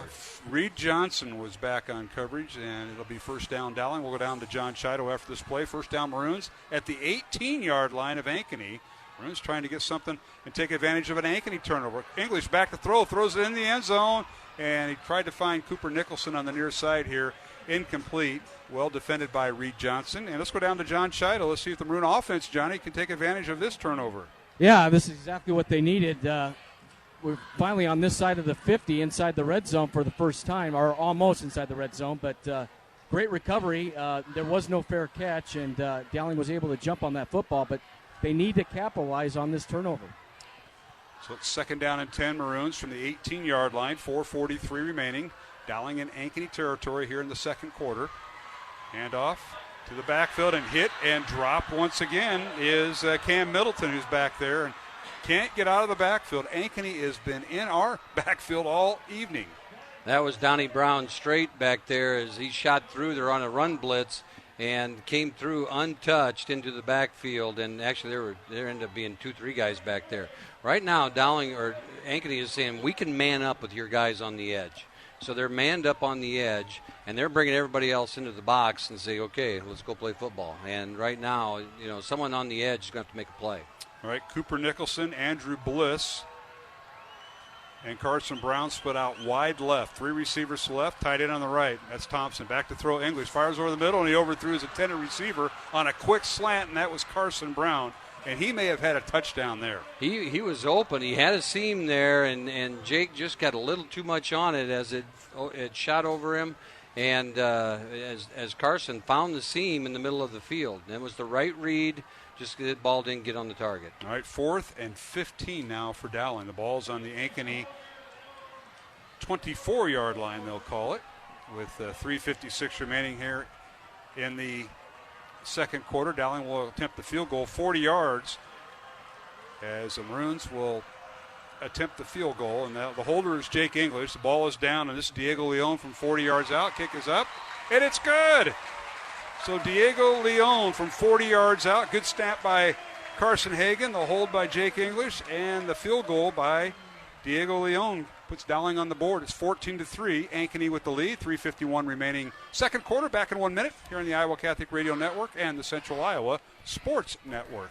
Amazon Smile is a simple way to support Iowa Catholic Radio. When you are shopping on Amazon, consider shopping through Amazon Smile instead. You get all the same great deals and order will also help support Iowa Catholic Radio. All you need to do is choose Iowa Catholic Radio as your nonprofit to support when you first log in, and Amazon will do the rest. Every Amazon Smile order you make, Amazon will donate to Iowa Catholic Radio. Support Iowa Catholic Radio while you shop at smile.amazon.com. And thank you for supporting Iowa Catholic Radio. Has anyone ever told you to pray about it and left you thinking, okay, but how? First, invite the Holy Spirit to be with you as you talk to God. Think about what is going on in your heart and mind. Be honest. Acknowledge to God what you're thinking, feeling, and desiring, because He wants you, the real you. Then, tell Him about what you're experiencing and entrust that to Him. Finally, let the Father love us. Ask yourself, how is God loving me right now? He is loving always. Sometimes we need to stop and think of our blessings, because that is where we can find God.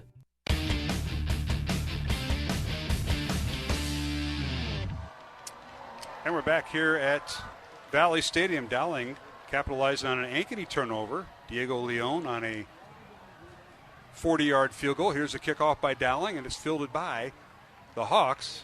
And they return it just across the 30, maybe to the 33-yard line, as the Maroons now get on the board with 3:45 remaining here in the second quarter. 14-3 is our score. Ankeny with the lead over Dowling as we approach halftime. Let's go down to the Dowling sideline, and that is where John Chido's at. John? You know, the play before the two plays before the field goal, when Dowling tried to run the stretch play, when you have a blitzing linebacker that comes underneath and blew up that play, and that's what happened with the stretch play. But Jalen Thompson wide open on that kind of slant out of his position with that safety playing back. If we hit that, like you guys said, that's a touchdown. Dowling was able to score 3 points on those turnovers, where Ankeny has been able to come away with 2 touchdowns off the turnovers. Yeah, that's a good point, Johnny. Dowling's is settled for field goals, and Ankeny's gotten touchdowns. And now J.J. Cole trying to avoid pressure, and he's sacked in the backfield. Nice job that time by the Dowling defense, as everybody was covered on that first down play from the Ankeny 33. Matt? Cody Hikus gets credit for the sack on that play, as they stayed with it, stayed on course, and was able to drag J.J. down from behind. And that's the first time they've really had pressure on J.J. Cole back there. And so that's what needs to happen for that Dowling defense to be successful.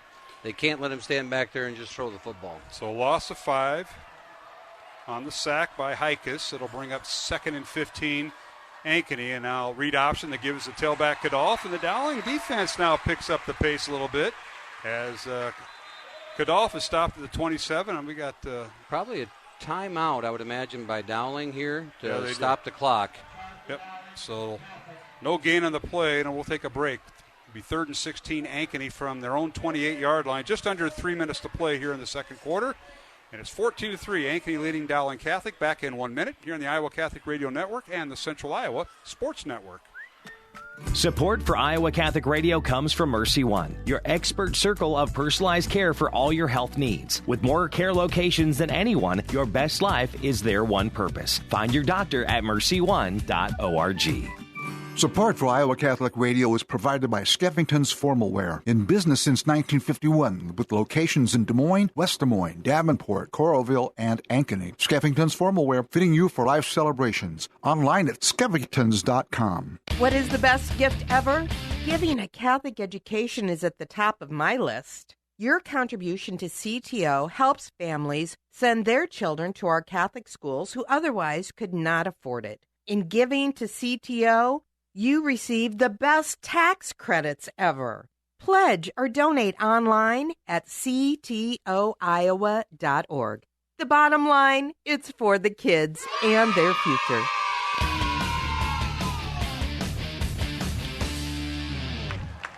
And we're back here at the Valley Stadium as Ankeny now with a 3rd and long, 3rd and 15 from their own 28. The handoff to Kadolf, and he gets across the 30 to the 31-yard line. That'll result in another Dowling timeout. So the Maroons have 1 left. We'll keep it here with 2:53 remaining here in the first half. Ankeny 14, Dowling Catholic 3. Mark Amadale joined by Matt Mainring. And down on the Dowling sideline tonight, it's Catholic Football League night, and that is where John Chido is. And, John, if you got Andy Jepson, the president, around, put him on mic. But what a night for them. Yeah, of course, now he's all the way down toward the locker room, so I'm going to make my way down there. But our timing is perfect. But This is a big possession for Dowling. They got plenty of time with their 2-minute offense and try to get some points on the board before half.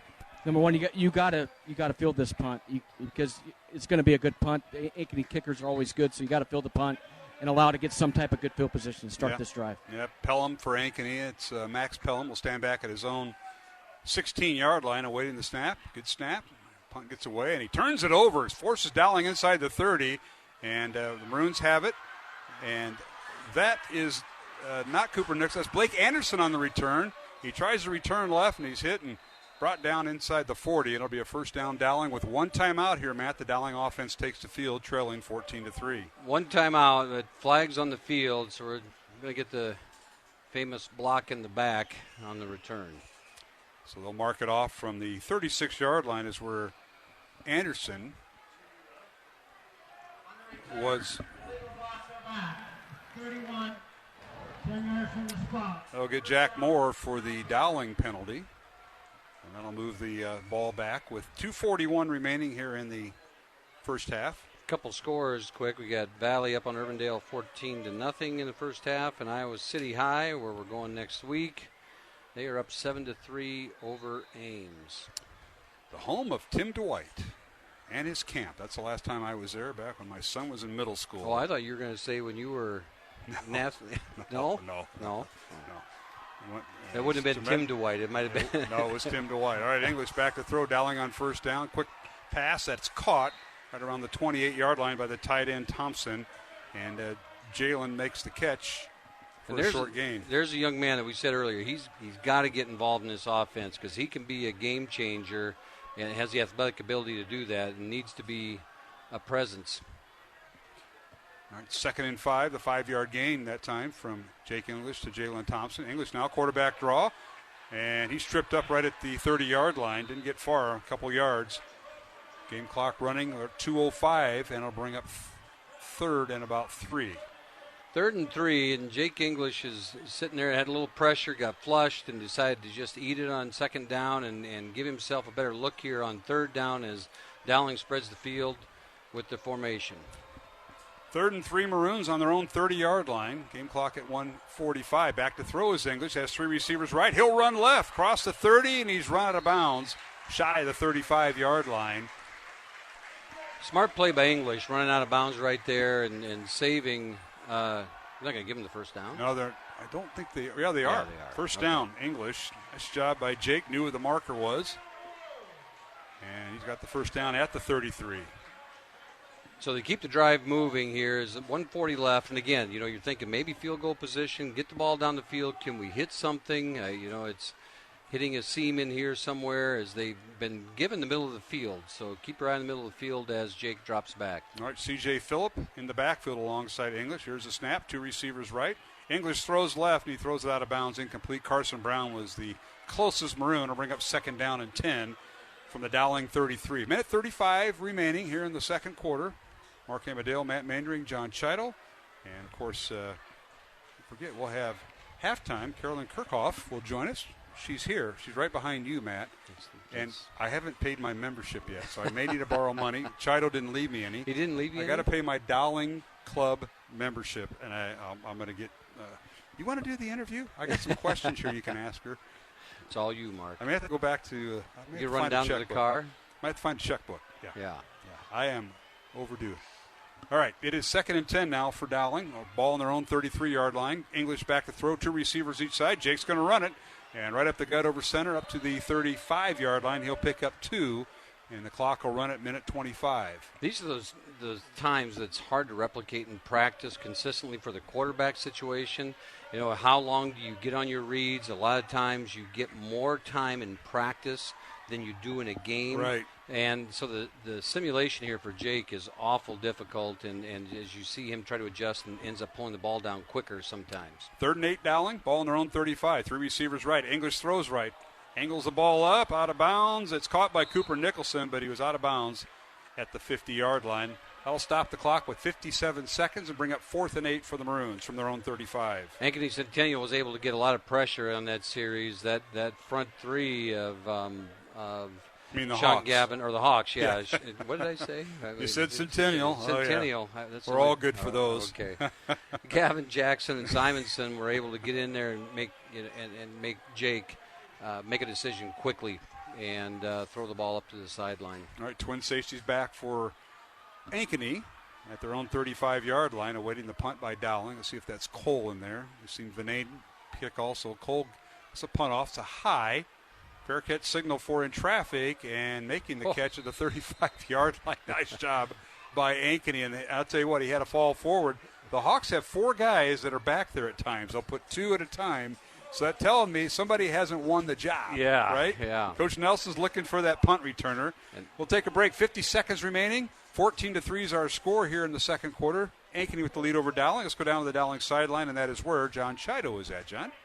Well, when you go that empty look and you're trying to hit Andrew Bliss down the seam there, because if he gets by that interior linebacker, and gets him to turn around with them, it's wide open. There's no one behind him. But it's hard to do that when you got that much pressure coming. All right, John, we'll look forward to your report with Tom Wilson here coming up. And there's a pass over the middle, and it's caught right at midfield. Nice job that time. That might be McCullough. And it was. McCullough with a big catch that time on first down. And Ankeny's wanting to score. They're in business here. This is where they want to be. 19-yard reception. Cole back to throw, wants to run. Now throws it downfield, and he throws it out of bounds inside the 30-yard line of Dowling. That'll stop the clock with 34 seconds. Now Ankeny with 2 timeouts remaining. Dowling has 1, and we have 34 seconds left in the half, and it'll bring up 2nd and 10. Hawks. Keep everything in front of you. That's what the secondary is thinking right now, is make sure you keep everything in front of you and don't let that receiver get behind you, because we know that Cole can throw it down to the end zone. He's going to be able to throw that ball a long ways, and so here it's important. Don't let him get his feet set. Need some defensive pressure in his face. McCullough lines up just outside the left tight end. Here's a snap. Cole looks right, and he fires it out, and it's caught by Kadolf out of bounds. A little drag route to the right of the formation inside the Dowling, at the 48-yard line of Dowling, gain of 2. Joe Hughes read the play really well and comes up and makes a play, gets a stop, short gain, and it did stop the clock. What was the time on the clock before that play started, Mark? Not much. 36, 35 seconds, something like that. Quick hitter. Yeah, that's. Did you see it? Didn't seem like much went off the clock there. It didn't. It didn't. Now we got a timeout on the field. This will be, I think, Ankeny's timeout. We'll take a 1-minute break. 30 seconds left in the half, and it's 14-3. Ankeny leads Dowling. Here in the second quarter, back in 1 minute, here on the Iowa Catholic Radio Network and the Central Iowa Sports Network. Weekdays at 5 p.m., it's Catholic Answers, a live call-in program to offer Catholics and non-Catholics a chance to talk with world-class apologists and theologians. Catholic Answers, live on the Iowa Catholic Radio Network, connecting listeners with Christ. Support for Iowa Catholic Radio provided by Northwest Bank. Commitment you can bank on. Northwest Bank is a community bank serving Iowa and Nebraska. NW.BANK. Thank you, Northwest Bank, for supporting Iowa Catholic Radio. Did you know you have a choice in your child's education? Smaller class sizes, dedicated teachers, a sense of community, and a caring learning environment, whether it's in the classroom or at home.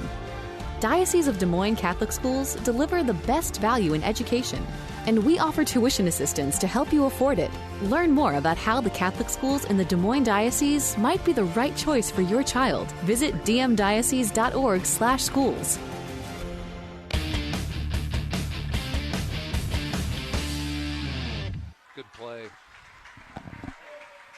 And we're back here at Valley Stadium out of the timeout by Ankeny. Both teams have 1 each with 26 seconds remaining.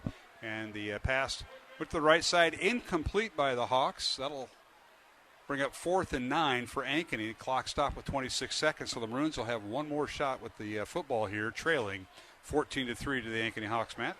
Great play by Jake Anderson there on the sideline. Breaks that play up as it would have been close to a first down and probably would have been made Ankeny's decision a little bit different right here.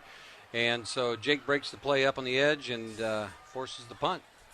Maroons aren't buying this is going to be a punt as they bring in their punter Pelham, and he gets it away. Nobody back, and they'll just let him kick it. And it's going to be angling to the near sideline. This is going to go out of bounds to the 5-yard line. So it'll be first down, Dowling from their own 5. Beautiful punt of 43 yards by Max Pelham.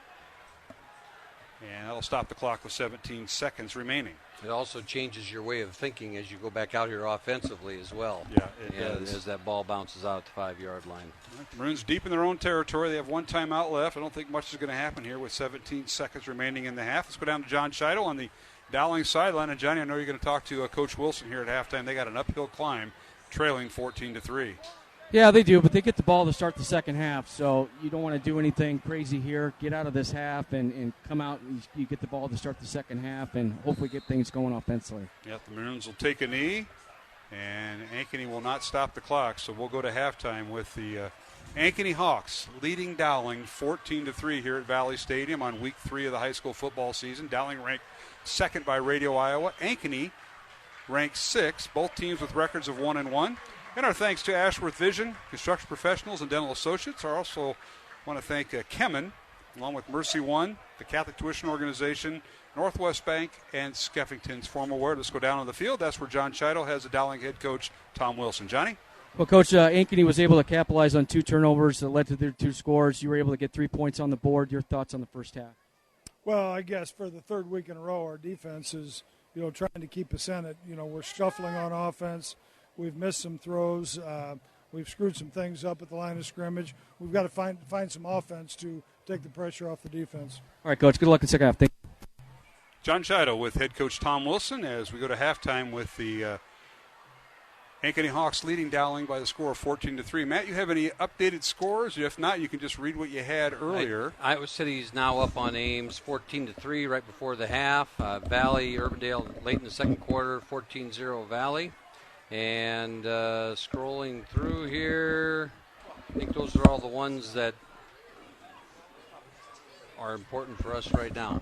So, all right. You have stats. Yeah, we do. Jared Seifert comes up here with the stats. We'll read them, and we'll take a break here with the halftime score. Ankeny 14, Dowling Catholic 3. Mark Amadale, Matt Mandring, John Scheidel on the broadcast tonight. Ankeny total offense, 117 yards. Dowling with 53. The Maroons have 28 yards in the air and 25 yards rushing. Ankeny with 40 yards rushing and 77 yards in the air. Penalties, Ankeny with 1 penalty for 15 yards. Dowling 4 penalties for 40 yards. Hawks with 10 first downs. Dowling with just 3 first downs in the first half. Jake English, 2 completions and 11 attempts, 28 yards and 2 interceptions in the first half for the Maroons. J.J. Cole, the Ankeny quarterback, 9 of 11 passing, 77 yards and 2 touchdowns, no interceptions in the first half. C.J. Phillip, the leading ball carrier for Dowling, 7 carries, 16 yards. Jake English, 3 carries for 7 yards, and Cam Middleton, 5 carries for 2 yards. For Ankeny, Colin Kadolf, their leading ball carrier, 12 carries, 58 yards in the first half. And J.J. Cole, 5 carries for 3 yards. Also in there for Ankeny, Nate Nessa with 1 carry for 3 yards. For Dowling, their leading receiver is Cooper Nicholson, 1 catch for 23 yards. Jalen Townsend, 1 catch for 5 yards. For the Ankeny Hawks, their leading receiver in the first half is Brady McCullough with 4 catches, 57 yards, and a touchdown.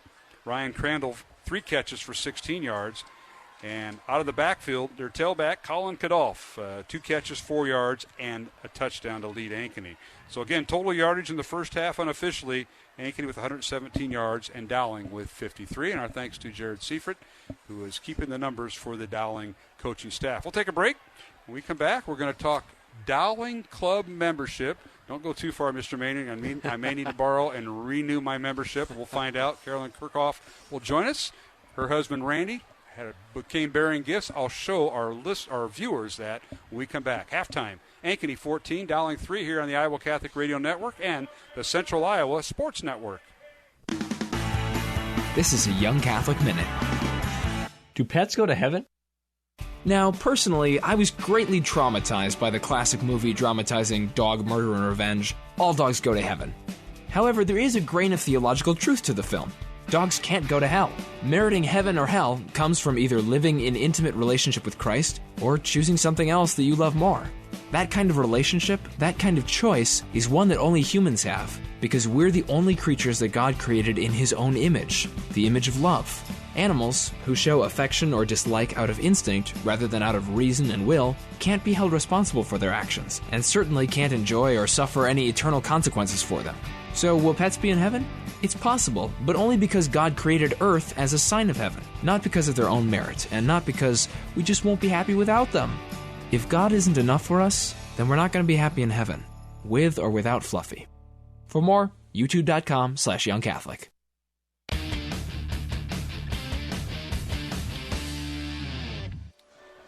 And welcome back to halftime here at Valley Stadium in West Des Moines. Mark Amadeo, Matt Mannering, John Chido. Our halftime score is the Ankeny Hawks leading Dowling Catholic by the score of 14-3, and the Dowling Marching Band on the field right now, joined now by Carolyn Kirchhoff. And Carolyn is always involved with something at Dowling. It's usually like maybe pancakes, maybe the auction. Oh, no. Folks, the Dowling Club is back. It never went away. They're celebrating an anniversary this year. Carolyn, welcome on this Friday night. Thank you. Thank you for having me. This is the first time I've been really involved with the Dowling Club since I started at Dowling Catholic High School 2 years ago, and I'm so excited. I've had my two daughters my oldest one was an athlete at Dowling, and my youngest daughter is a volleyball player, so I know the good work that the Dowling Club does, and I'm excited to be a part of it. Well, we're glad to have you. I know you and Coach Wilson talked about the Dowling Club.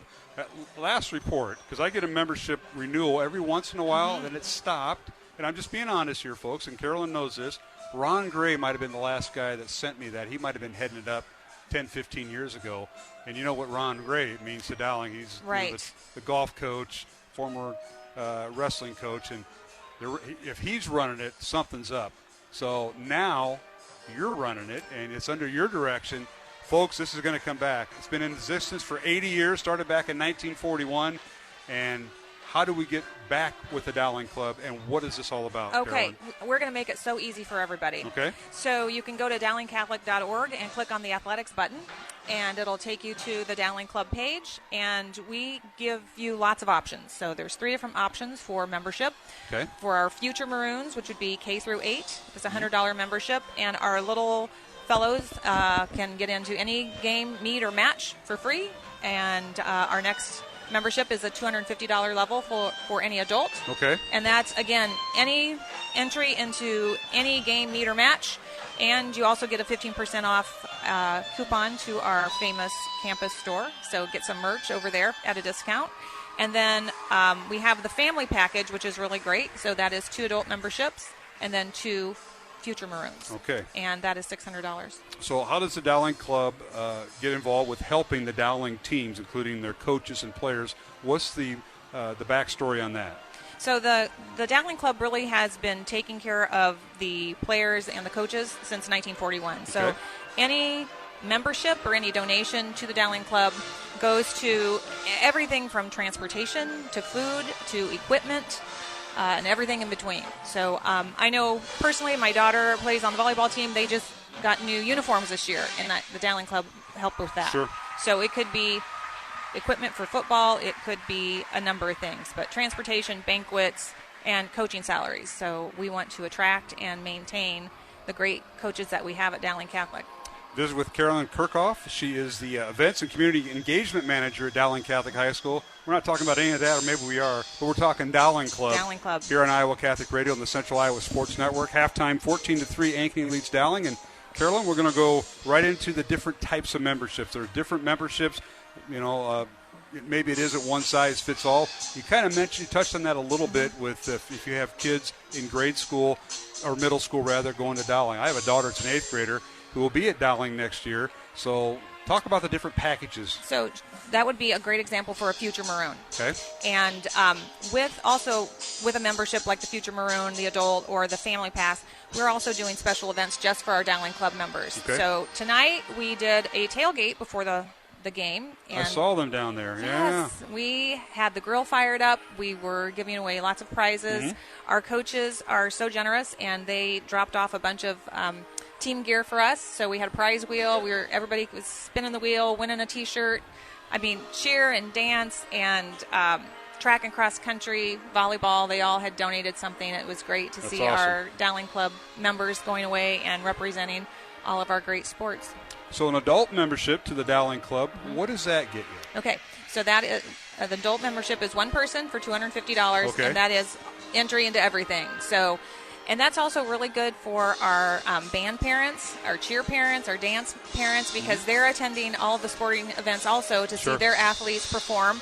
And so we invite them to join either as an adult or a family pass. All right, and then you got the family membership, and that's pretty good savings. And talk about how many memberships you get with that. So the family pack is 2 adults and 2 future Maroons. And so that'll get you covered. So if you have lots of littles and you've got some athletes at Dowling, that's a great way to get the whole family in for a great evening of entertainment. Okay. And great sports. Can you hang on for a second? We got to take a break. The Central Iowa Sports Network and Iowa Catholic Radio. We got to pay some bills. We'll come back. Carolyn Kirchhoff is my guest here at halftime. I'm Mark Amadale, and it's a 14-3 halftime score. The Ankeny Hawks leading Dowling here in Week 3 of the high school football season. Back in 1 minute here on Iowa Catholic Radio and the Central Iowa Sports Network. Hi, this is Matt Wilkham, Executive Director for Iowa Catholic Radio. For 15 years, we've worked to be the best possible stewards of your gifts, knowing that this isn't our radio station, it's yours. That's why we can confidently ask for your financial support to be fully funded for the rest of the year. Join us starting Monday, September 20th for the Fall Carathon as we celebrate 15 years of connecting listeners with Christ. But you don't have to wait. Give now at iowacatholicradio.com. Thank you. It can be easy to forget about the dignity of another when we disagree with their ideas or actions. We start to focus on the things that make us different, and the thoughts start to divide us.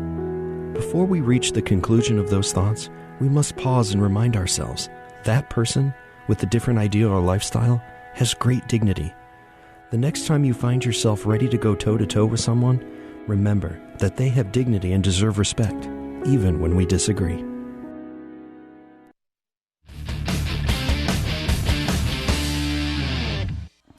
And welcome back to Valley Stadium, West Des Moines. Halftime here tonight. The Ankeny Hawks leading Dowling Catholic 14-3 at halftime, joined by Carolyn Kirchhoff from the Dowling office. Let's get the right events, a community management manager at Dowling Catholic High School. Is that right, Carolyn? Yes. And she's a jack of all trades, master of everything. Pancake breakfast, alumni, the auction, all that stuff. Golf outing. We'll talk more about that. But we're getting back to the Dowling Club. That's our topic tonight. And I don't think it ever went away, but it's always been there. It's been there for 80 years as you celebrate the anniversary this year. And where we leave off with, I talked to you about family membership, which is a great savings, but some of the bonuses. So, yes, we have all the free entry, but we also get the campus store book discount at the campus bookstore. We're also going to be doing special events just for our Dowling Club members because they are awesome, and all of those memberships go to our athletes and our parents, or our players, and keeping our staff, coaching staff, ready to go. So that's really exciting. We're also working on sponsorships, so any business or company that wants to get in on the action and help support our players, we have some sponsorships available. We started something new this year from our friends at Hummel's Nissan. They are great friends and alumni, and they are starting the Sack Tack program. So for every sack our Maroons make during the home games, they are donating $100 to the Dowling Club. And they've also made T-shirts, so the cheerleaders are helping us out. They're going to be throwing those out into the crowd. So we want to get as many sacks as possible. We had 2 last week. We had 1 so far tonight, and the players who make the sack, they will be getting a T-shirt also. Is that right? Yes. Well, we had a few. One of them already tonight that got in there. So exciting. Now, some guy named Randy brought it up here. Is that your husband that brought this up? That is my husband. And this was kind of the brainchild of his. And we were just talking about it one night, and we thought, well, this is great. Let's give it a whirl. And Hummels have been a great friend. And like I said, Mark, Perry, and Kevin are all alumni, and they're on board. My wife has bought every car from Hummel's in her lifetime, including the one she's driving, so that goes, I won't say way back, but it goes back a ways. So a few years. Yeah, a few years, Thank you. Carolyn Kirchhoff joining me here at halftime from the Dowling Club. Let's talk about maybe some save-the-dates going on. We got Grandparents' Day, the Grandparents' Mass coming up, and then the old pancake breakfast during the playoffs of football. Talk more about that. I know. So first we need to get to Grandparents' Mass, and we are so excited to have Mass back on campus and invite all of our special guests. something that we're going to do differently this year. We noticed that last year when we sent the video out, we were sending the video to our grandparents in, I want to say, 35 states, and we had 4 countries, grandparents outside of the U.S. So not every grandparent can come back. So we're going to live stream it this year. Ah, okay. And so for our friends that can't come back, we're going to send it to them, but we will always welcome our special grandparents back on campus to worship together, and it's just beautiful. That'll be on Thursday, October 7th, 9:30 in the morning is Mass. Save the date. There's plenty of parking over there at the Walmart just east of Dowling, yes. too. That's and is that right? You know, the grandparents love to hop on the yellow bus. Isn't that something? And come to campus. All right. And now the next Save the Date is the Pancake Breakfast. That'll be on Sunday, October 24th, and that'll be at the Varied Industries Building back at the Iowa State Fairgrounds, and that's kind of a big event. It is a big event, and it's special this year. It's the 60th celebration of the Pancake Breakfast. And as I recall, you bought a pancake package at the auction in 2020, and so you will have a reserved table, you'll have reserved parking, you've got your fabulous I Heart Pancake t-shirt that you can be wearing, and you get to bring 7 of your friends and hunker down. For the folks that don't have the pancake package, you can buy tickets online at DowlingCatholic.org and go to the events page. And we've lowered the prices this year because it is the 60th anniversary, so $60 for a set of 12 tickets. I see. Well, that is a savings. And it is. And I appreciate you bringing that information over to my house in person because we couldn't contact anybody a year ago, remember, so you left it at my doorstep. I wasn't home anyway, but I appreciate it. That's a nice gift basket, and we appreciate she will go the extra mile, Carolyn will, folks, and if you need something. So wrapping this up, how can folks get a hold of you or somebody at Dowling? Obviously, DowlingCatholic.org is the website, but if they want to talk to you in person, they can leave a message. Give them your phone number there. Please give me a jingle. I'll be happy to help. 222-1095. That's my direct line back in the advancement team. And I'd be happy to help with pancake tickets or grandparents' mass, sponsorships, Dowling Club. I'm here to help. T-shirts. You can't go wrong with these T-shirts. I got the SAC T-shirt. $300 so far. That's Let's awesome. Go Maroons. We got 3 sacks this year. That's right. You know, Pettis and the boys. Yes. So, Carolyn, thanks so much. Thanks for all you do at Dowling and all the time you put in. Coming out here on a Friday night, trying to celebrate Iowa State Week, and you know how that goes. I know, and I have a Hawkeye. I have a daughter over at Iowa, but happy to do it. Just so glad to be at Dowling and be a part of this. You're blessed to have a Hawkeye. I have 2 Cyclones at home, my wife and daughter, and I'm kind of working on them. I'm working on them. My son's a Hawkeye. Okay. But he graduated Iowa State. We'll figure that out. Okay. That's kind of a riddle. Engineer degree. That's where he got there. So. All right. Thanks so much for having me. Maybe I'll come back another time and we can talk more about pancakes. I look forward to that. So does everybody here. Pete Tarpey and the crew on CISN.TV. That's Carolyn Kirchhoff from the Dowling Events and Community Engagement Manager. What a title. I know. Yeah. It's got a little bit of everything. But tonight it's Dowling Club. And folks, DowlingCatholic.org and tab and you'll find it and get renewed. I got to renew mine. Okay. So Maynard didn't have any money for me, so I got to redo it myself. You know what? You can scan a QR code tonight. I can get that done. Help me, Lord. I'm here to help. I'm here to help. All right. We'll take a break, come back. Matt Mainring and John Chowder rejoin us here at Valley Stadium. Halftime score, it's the Ankeny Hawks leading Dowling 14-3 here on Iowa Catholic Radio Network and the Central Iowa Sports Network.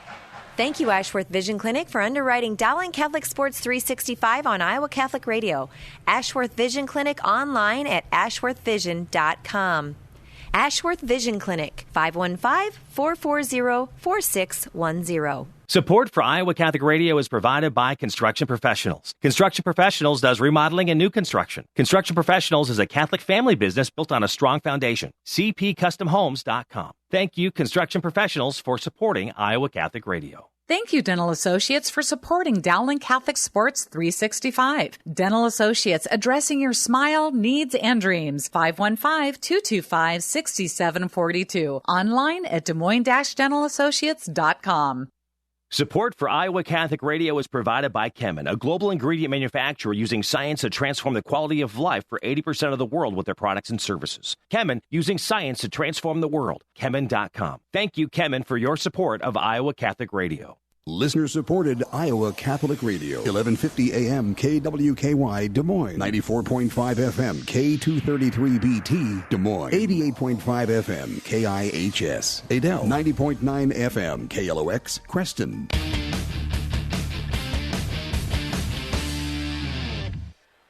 And we're back here at Valley Stadium.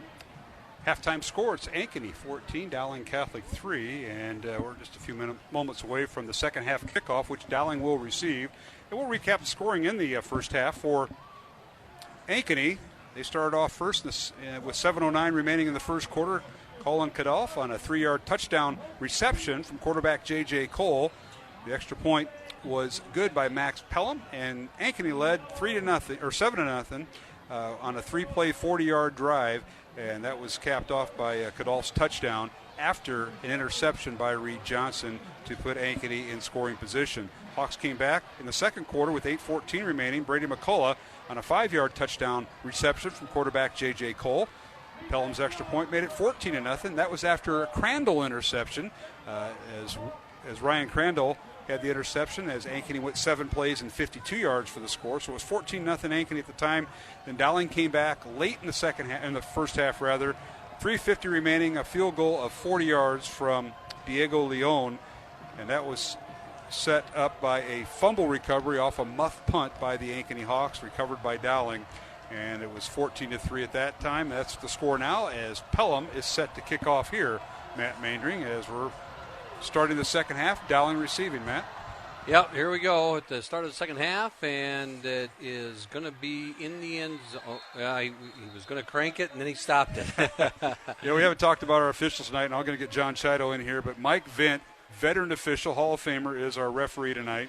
Eric Kennedy is the umpire. Myron Lynn, the linesman. Dirk Royals, the line judge, and David Forsyth is the back judge. That is our stellar Hall of Fame officiating crew, and they've done a great job tonight. 14-3, Ankeny with the lead. Dowling with the ball from their own 20. John Chido, if you're there, come on in. Well, the start of the second half, Dowling's got the ball. They got to stay ahead of the chains, establish this run game, and start doing things that they want to do and get in their game plan. They haven't been yet to get quite in their game plan yet. Yeah, that's a good point, Johnny, as the Maroons start on their own 20. And the give is to the tailback, and let's see which one is in there. That's Cam Middleton. It's Cam back in there. Yep. Cam Middleton, nice run for him to start the second half. And, you know, they're running these two backs in here, and they're both different types of runners. But this Dowling offense really needs Cam Middleton to get squared up and put some yards in there, because this Ankeny defense is just going to keep hitting, and they're going to run blitz until Dowling proves they can pop something. Exactly. That's a 7-yard gain for Cam. They get him up to the 27-yard line, and it's 2nd down and 3 for the Maroons. And now back to throw is English. Pumps once, now fires it near side, and he throws out of bounds, incomplete, as Carson Brown was the intended receiver, and back on coverage for Ankeny was Ben Sandvig. The Jake pulls it out there, and I don't know if that was an RPO play from start to finish there, but he pulls it out and reads pass. They have 7 guys up there towards the line of scrimmage, and you know they're going to challenge Dowling to try and run the football and to defeat that defense. Ankeny with almost 9 in the box right now. It's 3rd and 3 Maroons from their own 27-yard line. 2 receivers to the right, 9 in the box for Ankeny. Dowling with the tight end on the left. Pistol formation. English calling signals out of the shotgun. The give is to Middleton, and Cam fights his way, but shy of the first down, maybe got a yard up to the 28-yard line. Yeah, and there's nowhere to go right there, and a big task for that offensive line to try and create something as Ankeny, as the Hawks did, load that box and try to, force them to the outside, and that's not Dowling's forte, because we don't have that. Dowling doesn't have that speed back that can get that edge. All right, the Maroons will bring in the punting unit. John Cole, wearing number 99, back at his own 15-yard line. Hagan on the snap, and Cole gets away. High and short end-over-end kick, and fielded at the 40-yard line by Ankeny, and that's where the Hawks will take it. Brady McCullough on the fair catch signal, and it'll be Ankeny football, 1st and 10 from their own 40-yard line as the Hawks lead it 14-3 over Dowling Catholic. Let's go down to the Dowling sideline, and that is where John Chido's at. John? Well, Mark, you and Matt been saying it. So they have 9 guys in the box, and they're just daring you to throw deep and trying to loosen that up. And Dowling has been unable to loosen up that box and get those guys spread out and open up these running lanes. And until you hit a big pass down the middle or on the edge, they're still going to continue to pack the box. That is true. First down, Ankeny from their own 40-yard line. Thank you, John, for that report. Handoff to Kadolf, and he has an inside handoff and went more east-west that time. Matt, he tried to turn it up over right in, and he may have gotten just over the line of scrimmage for a half-yard gain. And it puts a lot of pressure on that defense, but over the past 2 games, that defense has been able to stand up when they needed to, especially in the second half here, get the ball back, and let that offense start to develop, and that's what needs to happen here tonight for Dowling to get going. They've given up a few more plays than they have over the past couple weeks, and it's a solid Ankeny offense that they're running up against. All right, second down and 9 for Ankeny. And here's a give to Kadolf right over right guard and tackle. And he's stood up and then brought back. He may have gotten a couple yards up to the 42. He did. Give him a gain of 1 up to the 42. It'll bring up 3rd and 8. Magruder runs back into the game here as they try to get out, and they're going to get a little pass rush, see if they can get Cole to get moving in there. As 3rd and 7, passing down, and this is where J.J. Cole likes to be as well. So strength versus strength here, and see if they can get a little pressure on them. Well, the Hawks bring out 2 receivers to the left. That's to the bottom of your screen if you're watching on CISN. Back to throw is Cole. Pumps once, and down he goes. Another sack for the Dowling defense. And which one is it? I think it's Chase Patton. Chase Patton comes off the right side and really broke free inside the gap and was able to put the pressure on him and make the sack. Oh, yeah, Pace Chatton. He looked like he got shot out of a cannon on the replay there. And there was a little more intensity in that series from the defense than there was in the first half. You see some kids getting after it right there. Loss of 4 on the sack by Patton. And with 8.5 minutes remaining, third quarter, 14-3 Ankeny, and they'll bring their punting unit in, and that being Max Pelham. Pelham gets the punt away. Dowling had a little pressure that time. That'll force Cooper back, and now he muffs the football, and it's picked up by Ankeny. The Hawks will have it inside the 10-yard line. Ankeny did that earlier as Cooper Nicholson fielded the punt, and it went off his hands and recovered by Ankeny, and the Hawks will have it goal to goal in Dowling territory. Pelham had a beautiful punt. I mean, that punt just sailed, and it took off, and Cooper was trying to judge where it was coming down at, and just he put the fair catch signal, and number 23 for the Hawks was Brock there. Adamson, the long snapper, the first guy down. That's usually who it is too. The long snapper is usually the first guy that gets down the field. So it'll be 1st and goal, Ankeny, with 8:17 remaining here in the third quarter at the Dowling 10-yard. Well, let's see, where are they going to spot it? Is it inside the 10? Right at the 9-yard line. 1st and goal, Ankeny at the 9. And Cole inside handoff to Kadolf, and he keeps his leg moving, and he's inside the 5 and down near the 4-yard line to pick up a 5. Big run there on first down when you're inside the 10-yard line. Those are usually 5. Those are yards that are hard to get, and right there Kadolf got 5 of them and cuts the distance in half to the goal here.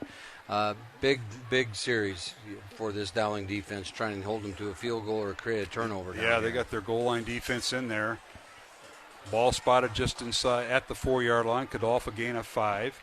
2nd and goal at the 4. J.J. Cole, the quarterback, 6'6" junior. Here's a snap out of the shotgun. Looks in the end zone, fires in the end zone. The pass is caught. Touchdown, Ankeny. On a little drag route in the end zone, and that was a nice play that was set up by the Hawks. And Cole showed his arm there. And McCullough again, and as he comes and is the nightmare for Dowling again this year, as they make a nice play as he sits at the goal line. Well, 2 plays, 9 yards following the Dowling fumble on the punt. Now the extra point attempt by Max Pelham. The long snappers Brock Adamson and Austin Bailey will be the holder. And the right-footed kick is up and good by Pelham. So Ankeny extends its lead to 21-3 over Dowling with 7:30 remaining here in the third quarter here on Iowa Catholic Radio and the Central Iowa Sports Network. Support for Iowa Catholic Radio comes from Mercy One, your expert circle of personalized care for all your health needs. With more care locations than anyone, your best life is their one purpose. Find your doctor at mercy1.org. Support for Iowa Catholic Radio is provided by Skeffington's Formal Wear, in business since 1951, with locations in Des Moines, West Des Moines, Davenport, Coralville, and Ankeny. Skeffington's Formal Wear, fitting you for life celebrations. Online at skeffingtons.com. Support for Iowa Catholic Radio is provided by CTO. What great news for donors to the Catholic Tuition Organization. You now receive 75%. Yes, 75% of your donation back in Iowa tax credits beginning January 1st of this year. Your support has helped thousands of students attend our Catholic schools. Best gift ever. Online, ctoiowa.org. At CTO, the bottom line, it's for the kids and their future.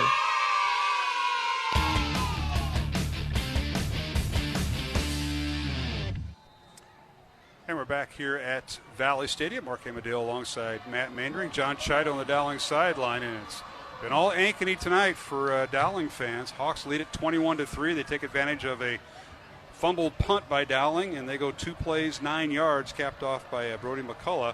4-yard touchdown reception from quarterback J.J. Cole. Cole's third touchdown pass of the night. It's 21-3, Ankeny leading Dowling. 7:33 remaining here in the third quarter. Let's go down to the Dowling sideline. And John Chido, this is going to take a lot of effort and a lot of things to go right for the Maroons to make this comeback. Yeah, it sure is. And they haven't even started to make an attempt yet. I mean, really, if you think about it, you go 3 and out that first series, and then you stop them.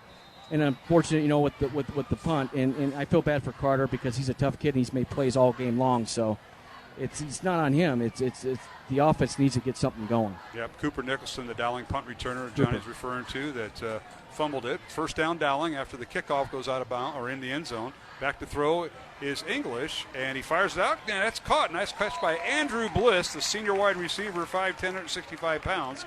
From their own 20, Bliss is finally brought down shy of the 35-yard line. They'll spot him down at the 33. Matt, a gain of 13. That's a good play to start the series. Dowling's offense, 53 yards in the first half. And it goes without saying, we've been saying it all along, they need to find a rhythm in something. Yes. Yes, indeed. It's 1st and 10 Maroons. Jake English, a quarterback. He's got 2 receivers to his left, and now the inside handoff. They go to the short side, and scampering for a first down and more, and he might do it. Down the near sideline, that's C.J. Phillip, and it finally knocked down. Oh, we got a flag on the field. By the safety that time. Ryan Crandall making the stop at the 14-yard line, but C.J. Phillip had all sorts of room. Great run. He got held up at the line of scrimmage and finds a crease, but it's all coming back. Knocked out of bounds, and the penalty against Dowling, so that'll wipe out a huge game. Let's get the call from Mike Vint.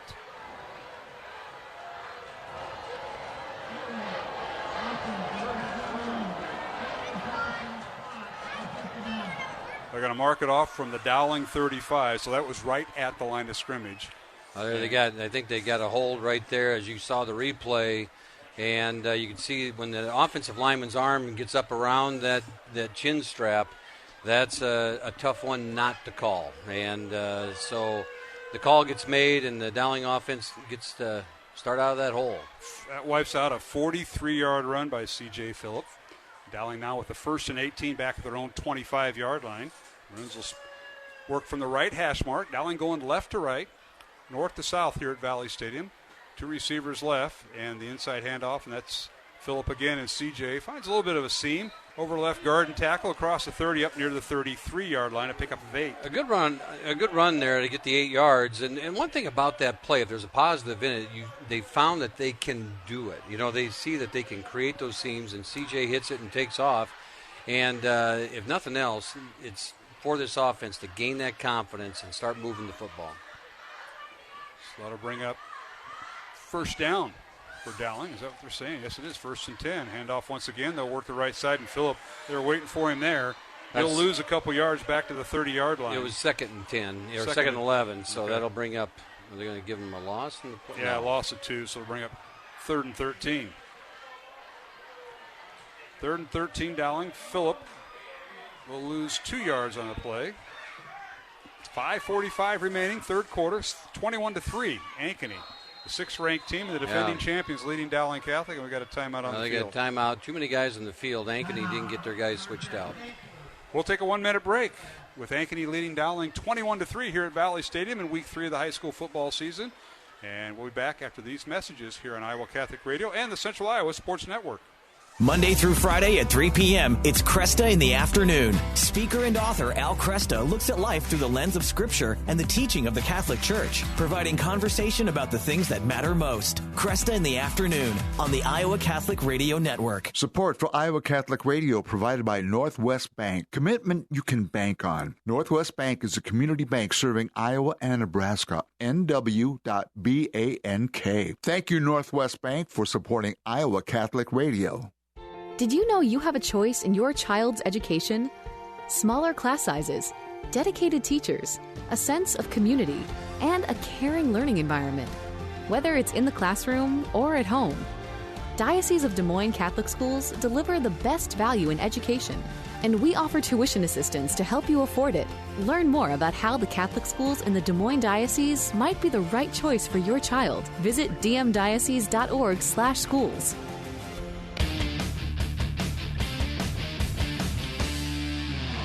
And while we were away at break, a big play by Dowling. Back to throw was Jake English, and he found Carson Brown with the catch right at the Ankeny 39-yard line on the completion. You know, watch the replay here, and there's some arm barring going on, but Carson goes up and high points the football, takes it down. Good throw by Jake. And there's the big play they were looking for. So the line of scrimmage is the Ankeny 39, and English now hands it off, and the tailback that time. Let's see if Phillips back in there or not. That might be Cam. They've been interchanging their backs, does Dowling, and sometimes on the same series, and off the bottom of the pile is Cam Middleton. Cam Middleton gets a couple yards running into the teeth of that defense, and as you can see, they, again, we've called their names a lot. Eaton and Diego Jackson are up there causing a lot of disruption at that line of scrimmage. So a 21-yard gain that time from Carson Brown set up the first down play to Middleton. 2nd and 9, Dowling, low snap. And, English picks the ball up and hands it. Now we've got a penalty flag down. Down goes the Dowling back that time, and we might have face mask against the Hawks. That was Cam. Yeah, it was a weird place to throw the football, or throw the flag, and the Dowling kids are pointing towards Ankeny. It's normally... There you go. Yeah, face mask. Good call, Mark. Our referee said, Mike Vint. And that'll tack on 15 more. First down, Dowling. 4:36 remaining here in the third quarter. And it is 21-3. The Ankeny Hawks leading Dowling Catholic tonight here on Iowa Catholic Radio. Mark Amadeo alongside Matt Maindring. And down the Dowling sideline is John Chido. And I want to thank the staff here at Central Iowa Sports Network producing it. Sean Ingracia doing the producing. Nick McDougall and Clayton Sampson are our camera operators. Back to throw English on play action. Tries to run outside, and he's hit and driven down by Jackson Penny. I think that was Cataldo in at quarterback. Yep, yeah, they switched him out, do an RPO play in there, and they gave Cataldo, who they feel like can run the ball a little bit more, an opportunity in there, and no success on that play. So Cataldo with little or no gain. Let's see where they spot the ball right at the 26-yard line. Loss of 1 for Dante Cataldo, who came in for one play. English comes back in, and he'll line up in the shotgun formation. 2 receivers left, 1 back in the backfield. And it's English on play action. Fires it down towards the far pylon. The pass is underthrown, incomplete to Cooper Nicholson. And that ball thrown towards Nicholson there on his inside shoulder. And if it had been toward his outside shoulder, it would have given him a little bit better opportunity to go back and get the football on that play. Not that it makes a difference here, but that southeast wind is right in the teeth of that ball, and it held up just a hair. It did. And that's where Jake's got to be careful not to underthrow it, and he kind of did that there, but the defender wasn't ready. So it's 3rd and 12 Dowling on the Ankeny 26-yard line. English looks left, throws right, fires it out. Caught by Carson Brown. He's got the first down inside the 10. It'll be goal to goal Dowling at the Ankeny 7-yard line. And there's Jake English throwing the football like we saw him throw the football last week. And he and Carson Brown have got this little relationship developed, and we didn't call Carson's name once in the first half. No, we didn't. And, there he's finding him in a seam again, puts it right on the money, and inside the 10-yard line are the Maroons. 19-yard reception, first down Dowling. The line of scrimmage is the Ankeny 7, 3:20 remaining, third quarter. Dowling with the first and goal at the Ankeny 7, 2 receivers left. One back in the backfield, and that is play's going to come back. Blown dead. C.J. Phillip. I think they're calling timeout. I think Ankeny called timeout. And they do. So it'll be a timeout, Ankeny. Dowling thought they got the play snapped. Yeah, so they only had 10 guys on the field. Count them right now. We'll take a break. 3:13 remaining, third quarter. We'll take a 1-minute break. It's Ankeny 21, Dowling 3 here on Iowa Catholic Radio and the Central Iowa Sports Network. This is a Young Catholic Minute. So, why has the Catholic Church done so many bad things? If your math teacher illustrated that 2 + 2 is 4 by forcing each student to drink 4 gallons of milk, it doesn't mean that the math is wrong when you throw up. Was the teacher abusing his authority and wounding with the truth instead of healing? Probably, but what he taught was still true and still good. So the church offers and teaches only what is true and good, even if the sinners within the church don't live it out. And coming to that, even if we haven't thrown the whole church into scandal, we are all still sinners. So maybe the more appropriate question is, how is the Catholic Church still good when I've done so many bad things? Since we're all one body in Christ, our sin affects everyone and can even lead others to sin. Lucky for us, Christ came to save us from our sin and gave us the church to do it. So let's stop sinning and be the church to others. For more Young Catholic Minutes, go to youngcatholicminute.com.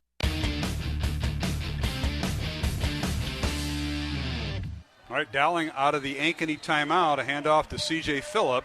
It's first and goal for Maroons from the Ankeny 7, and C.J. carries the football and gets to the 5-yard line for a pickup of 2. It'll bring up second and goal, Dowling from the Ankeny 5-yard line here, Matt. Good job by C.J. right there because he finished that run going forward, knifed underneath, got a couple extra yards, get the ball down to the 5-yard line.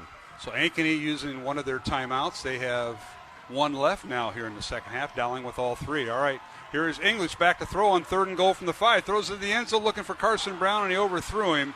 Incomplete. Back on coverage was McCullough. It'll bring up third and goal, Dowling at the 5-yard line. Third and goal at the 5, and I think if you're Dowling right now, you're thinking 2 plays here, and even we're getting late into the third quarter against this strong Ankeny defense, and so you're picking through your plays, get that ball down close to the goal line, and give your offense another opportunity. All right, Dowling in the Bozen the Florist red zone. Say more with Bozen. 515-244-ROSE. That's 244-ROSE, 7673. As it's now third and goal, Dowling at the 5. Dowling with 3 receivers to the right. And English out of the shotgun. Back to throw. Fires it far side. The pass is overthrown, incomplete. He led his receiver a little too far.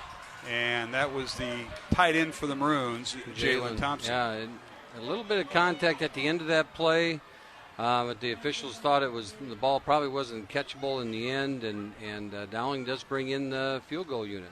Maroons are going to try to get points here, either field goal. Ankeny's gotten points off turnovers via touchdowns. So it's a difference of touchdowns versus field goals. And now field goal attempt by Diego Leon. English will hold. Hagan to snap it. The ball will be spotted at the 13. It'll be a 23-yard attempt. The ball is down, kick is up, and it is good. So Diego Leon with his second field goal of the night from 23 yards out. That'll add to the 40-yarder he hit earlier. And it's 21-6 our score now.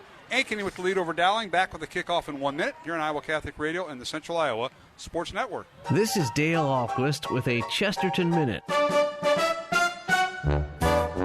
Have you ever heard someone say, I accept some of the things the church teaches, but I could never embrace the entire creed because there are some things in it that I just don't have any use for?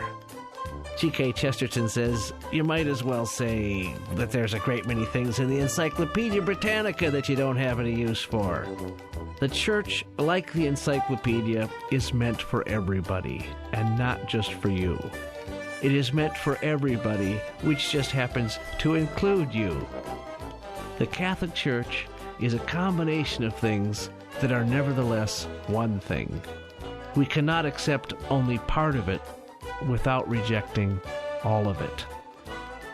Want more than a minute? Visit our website at www.chesterton.org.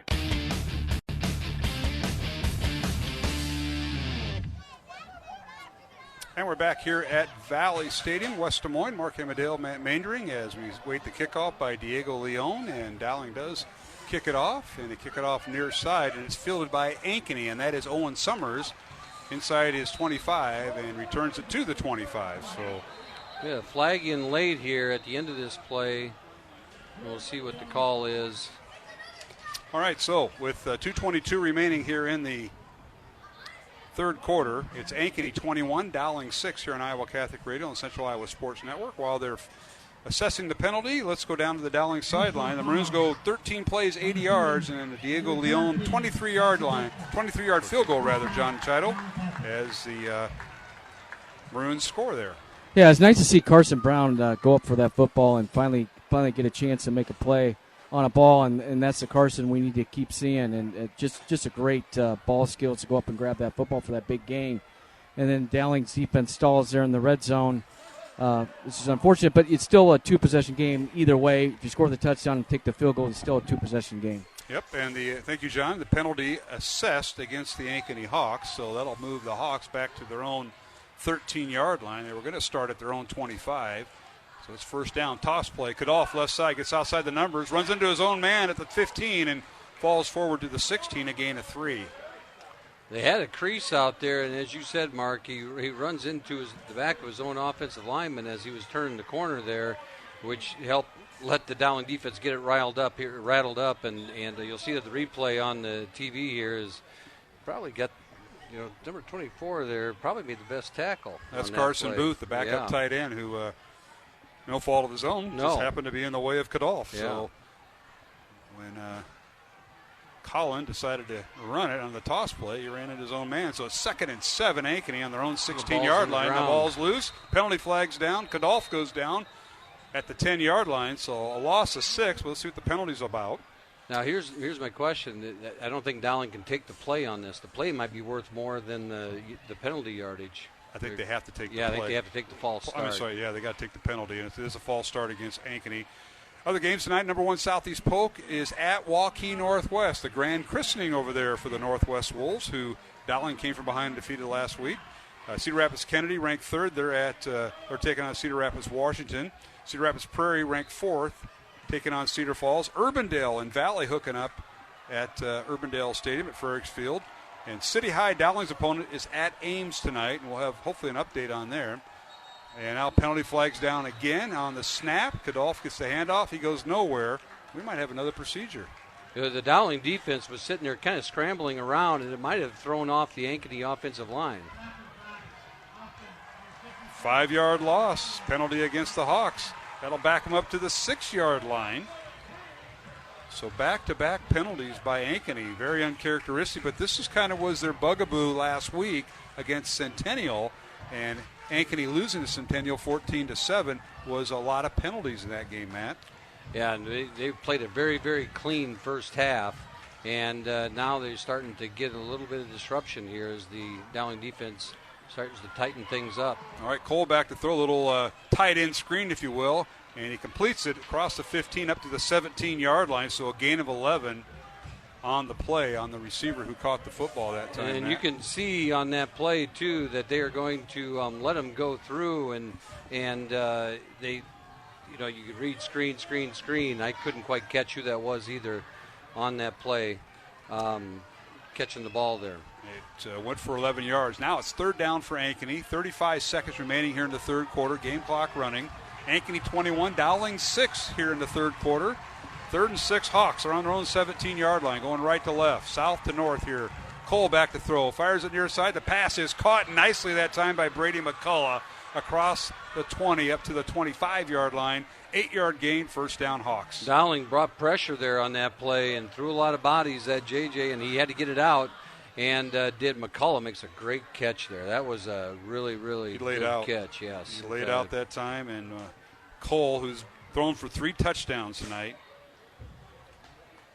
pinpoint there. That was a big first down for Ankeny. They were deep in their own territory, and they're going to let the clock run out. We're in the final seconds of the third quarter, and that will be the end of the third quarter with the score. Ankeny 21, Dowling Catholic 6. Along with Matt Maindring and John Chido, I'm Mark Amadeo, back with the fourth quarter in 1 minute here on Iowa Catholic Radio Network and the Central Iowa Sports Network. Amazon Smile is a simple way to support Iowa Catholic Radio. When you are shopping on Amazon, consider shopping through Amazon Smile instead. You get all the same great deals, and your order will also help support Iowa Catholic Radio. All you need to do is choose Iowa Catholic Radio as your nonprofit to support when you first log in, and Amazon will do the rest. Every Amazon Smile order you make, Amazon will donate to Iowa Catholic Radio. Support Iowa Catholic Radio while you shop at smile.amazon.com. And thank you for supporting Iowa Catholic Radio. It can be easy to look at how someone is dressing or acting and judge them. But have you ever thought about how much grace is available in these situations? The next time someone makes a questionable decision, instead of judging and condemning, uphold their dignity for them. We do greater good by lifting them up in prayer and respecting their personhood than if we mentally tear them apart in our thoughts. We can uphold the dignity of others even when they are unable to recognize their own value.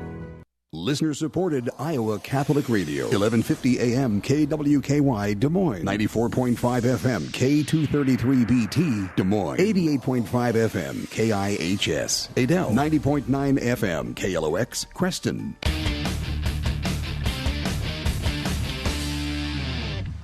Underway here in the fourth quarter. First down play from Ankeny. The toss played left side to Kadolf, and Colin gets across the 25 and stop right about the 28-yard line, gain of 3, and it'll bring up second down and 7 for Ankeny. The Hawks lead it 21-6 over Dowling Catholic. As we move to the fourth quarter, Ankeny going left to right, south to north, or rather north to south here at the Valley Stadium.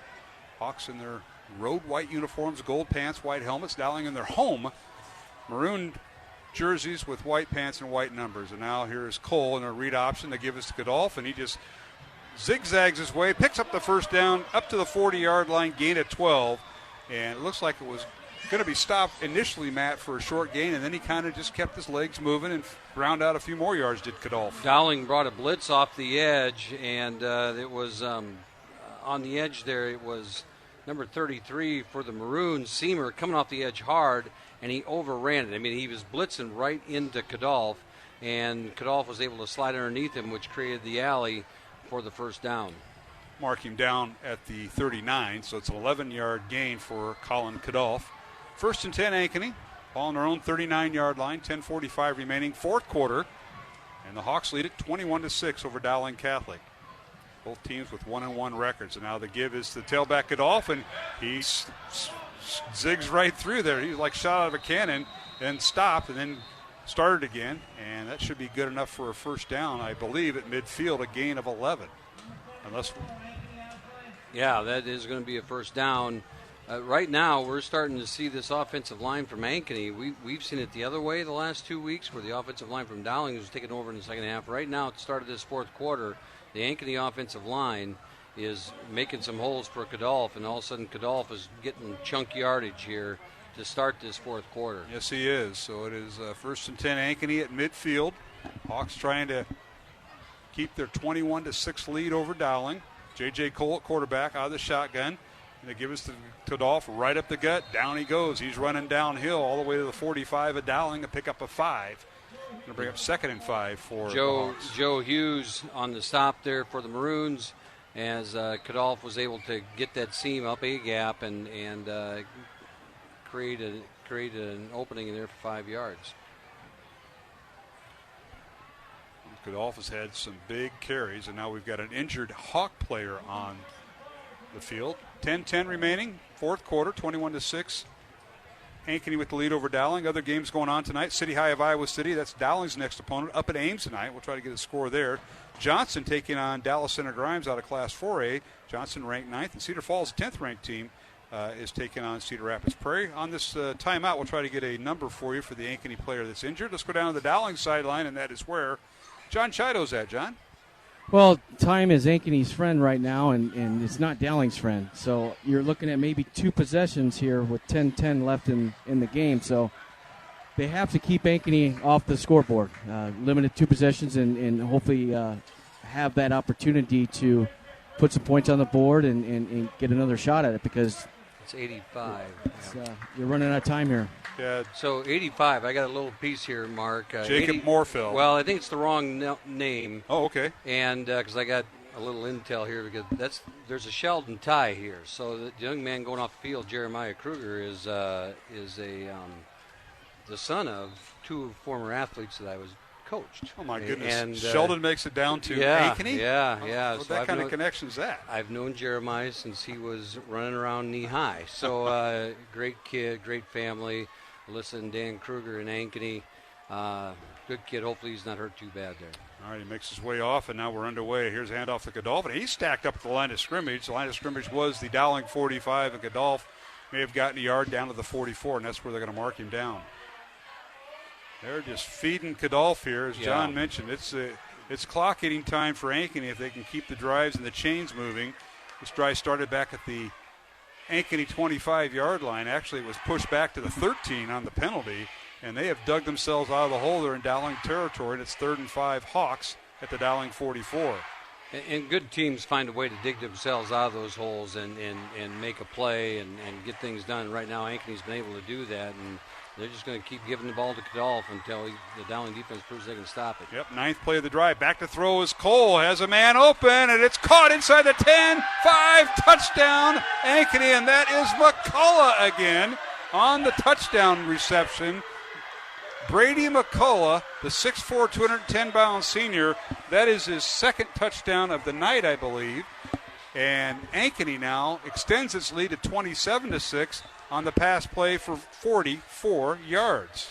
Again, Dowling brought pressure, which kind of left him in man coverage, and Blake Anderson was left one-on-one with McCullough going down the sideline, and J.J. Cole threw it right over the top into McCullough's hands, and it's a big play. Yes, it is. For the Hawks. Hawk touchdown. Now Pelham in for the extra point. The hold by Austin Bailey. The snap by Brock Adamson for Ankeny, and the extra point is no good. No good with 9:02 remaining here in the 4th quarter. Our score, 27-6. Ankeny leads Dowling Catholic here on the Iowa Catholic Radio Network and the Central Iowa Sports Network. Thank you, Ashworth Vision Clinic, for underwriting Dowling Catholic Sports 365 on Iowa Catholic Radio. Ashworth Vision Clinic online at ashworthvision.com.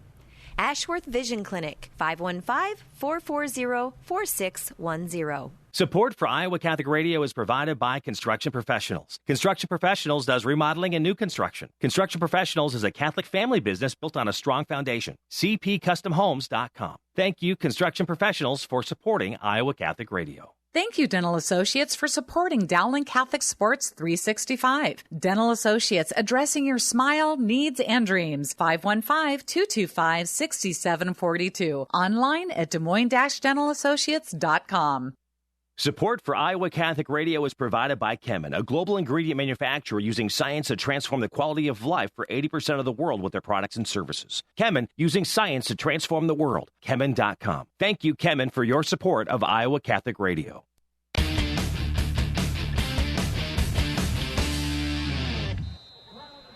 And we're back here at Valley Stadium. Mark Amadeo, Matt Mainring, John Chido awaiting the Ankeny kickoff. The Hawks score again, and that is J.J. Cole's 4th touchdown pass of the night. And for Brady McCullough, his 3rd touchdown reception. 9:02 remaining, 4th quarter.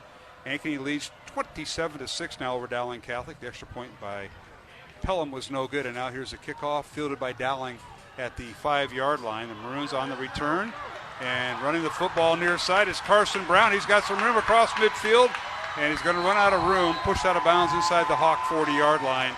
And Dowling will take over 1st and 10 from the Ankeny 40. Great return that time by Carson Brown of 45 yards. There's a senior going to make a play and making a difference, trying to get a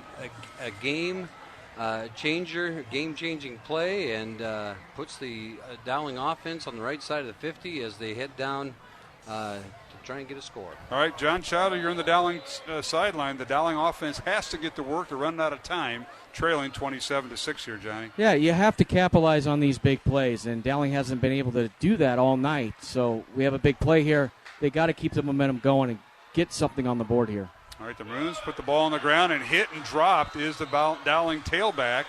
And let's see if that is CJ That's or Cam. Cam Middleton hit and dropped, and that is just tremendous pressure by that Ankeny front Sean, four there. Yeah, Sean Gavin was in the backfield, almost took the handoff there as he blew through the line of scrimmage, and Diego Jackson, Braden Simonson, Nick Eaton are giving the Dowling offensive line everything they can handle tonight. All right, Middleton in at tailback.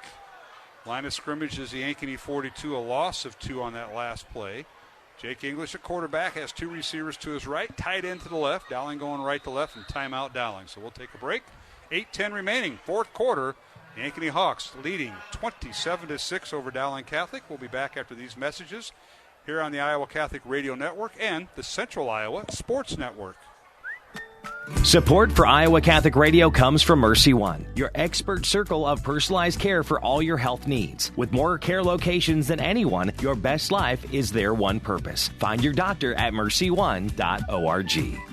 Support for Iowa Catholic Radio is provided by Skeffington's Formal Wear, in business since 1951, with locations in Des Moines, West Des Moines, Davenport, Coralville, and Ankeny. Skeffington's Formal Wear, fitting you for life celebrations. Online at skeffingtons.com. What is the best gift ever? Giving a Catholic education is at the top of my list. Your contribution to CTO helps families send their children to our Catholic schools who otherwise could not afford it. In giving to CTO, you receive the best tax credits ever. Pledge or donate online at ctoiowa.org. The bottom line, it's for the kids and their future.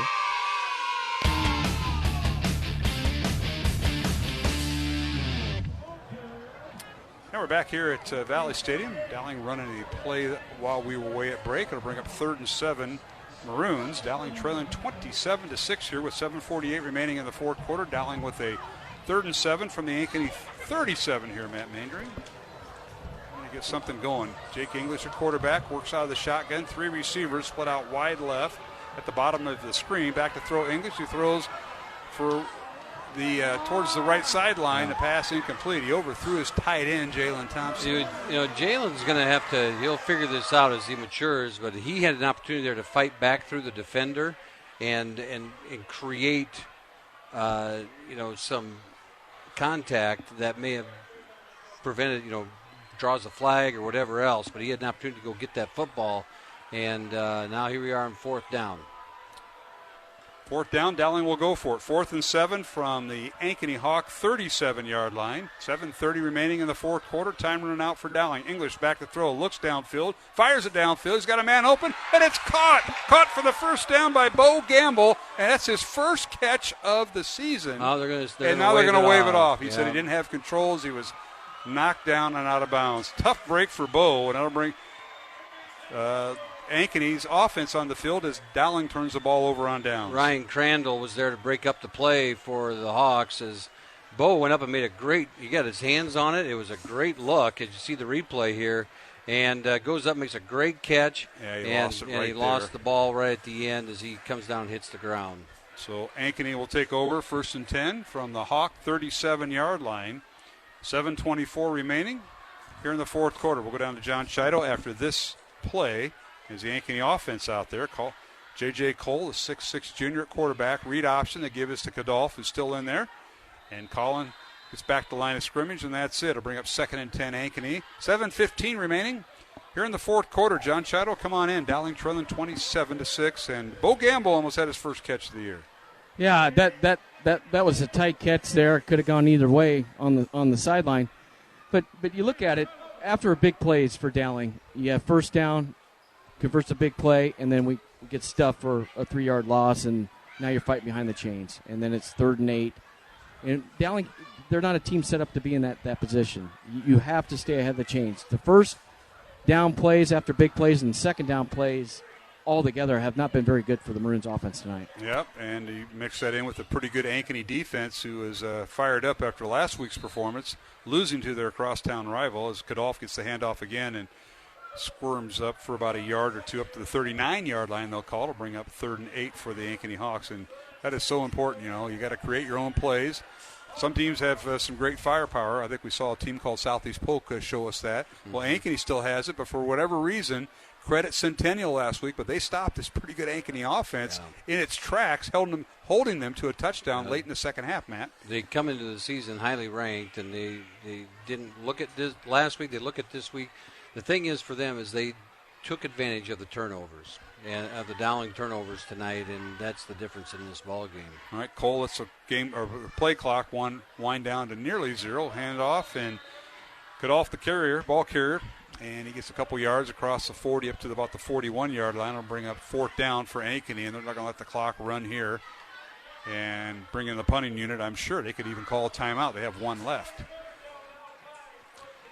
You know, as you go into the season, and Dowling knew going into the season, they had a grinder to start. You know, you had three highly, very, very good teams coming out of the blocks, and it's a grind. And here they sit, looking at, being 1-2. But you're never as bad as you you're never as bad as you think you are. And until you watch the film, will bounce back. Yeah. Right, here's a punt by Ankeny. A fair catch signaled for by Dowling's Cooper Nicholson, and the Maroons will have it 1st and 10. Right around their own 25-yard line is where the Dowling offense will start. With 5:03 remaining here in the fourth quarter, it's Ankeny 27, Dowling Catholic 6. Here on the Iowa Catholic Radio Network, I want to thank our producer, Iowa Catholic Radio producer Jeff Piggott, for all he does behind the scenes for us. So, Jeff, thank you for being back at the lonely studios of Iowa Catholic Radio there in West Des Moines. And our thanks to our Central Iowa Sports Network producer here, and that's Sean Ingracia. Say that 5 times there, Mr. Mainring. And now Dowling with a quick pass on 1st and 10 from their own 25-yard line. And that's a nice little quick hitter that time. Yeah, it was. Jalen Thompson. And what you're looking at as a coach right now, what you're trying to do is you're trying to find some positives to build for the next week. What are these players that we can get engaged and get that timing down between the quarterback and make some things happen. 10-yard reception, first down Dowling at their own 35-yard line. Ankeny 27, Dowling Catholic 6. English back to throw, launches it downfield near side, and it's caught, high-pointed by Nicholson with the catch inside the 40-yard line. They'll spot him down at the Hawk 38. Great throw by Jake, and as you said, high-pointed there by Nicholson, and Jake took a shot at the end of this play. It was a well-thrown ball, lays it out there. Big gain for the Maroons. So a 27-yard reception, first down Dowling. Cooper Nicholson. As we watch the replay here, and you can see, English takes a shot at the end, but Cooper goes up and it does get that ball at its highest point and bring it home. First down Dowling at the 38-yard line of Ankeny. Game clock continues to run. Dowling has 2 timeouts remaining. Ankeny down to their final timeout, pistol formation. And here's English on the read option, and the give is to the tailback, C.J. Phillip, and he kind of bounces his way over center and is finally wrapped up inside the 35, maybe the 34, gain of 4. Good run there by C.J. as he bounced through there and got in the gap and spun up field. And to show the athletic ability of Sean Gavin, he's playing on the line and goes backwards and makes that tackle 5 yards down the field, and a great athletic play by him.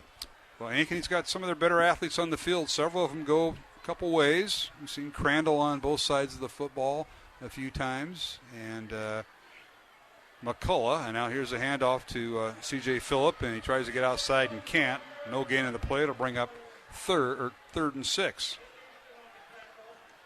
Trying to get that edge, and they were Jackson Pennington wasn't going to have anything of it as he shut that down as CJ tried to get around the edge on the play, creating third down, 3rd and long here again for the Maroons. Reminder: we'll have the post-game show on Iowa Catholic Radio. We'll catch up with head coach Tom Wilson of Dowling Catholic as the Maroons head east next week. Back to throw. English fires it downfield, and the pass overthrown to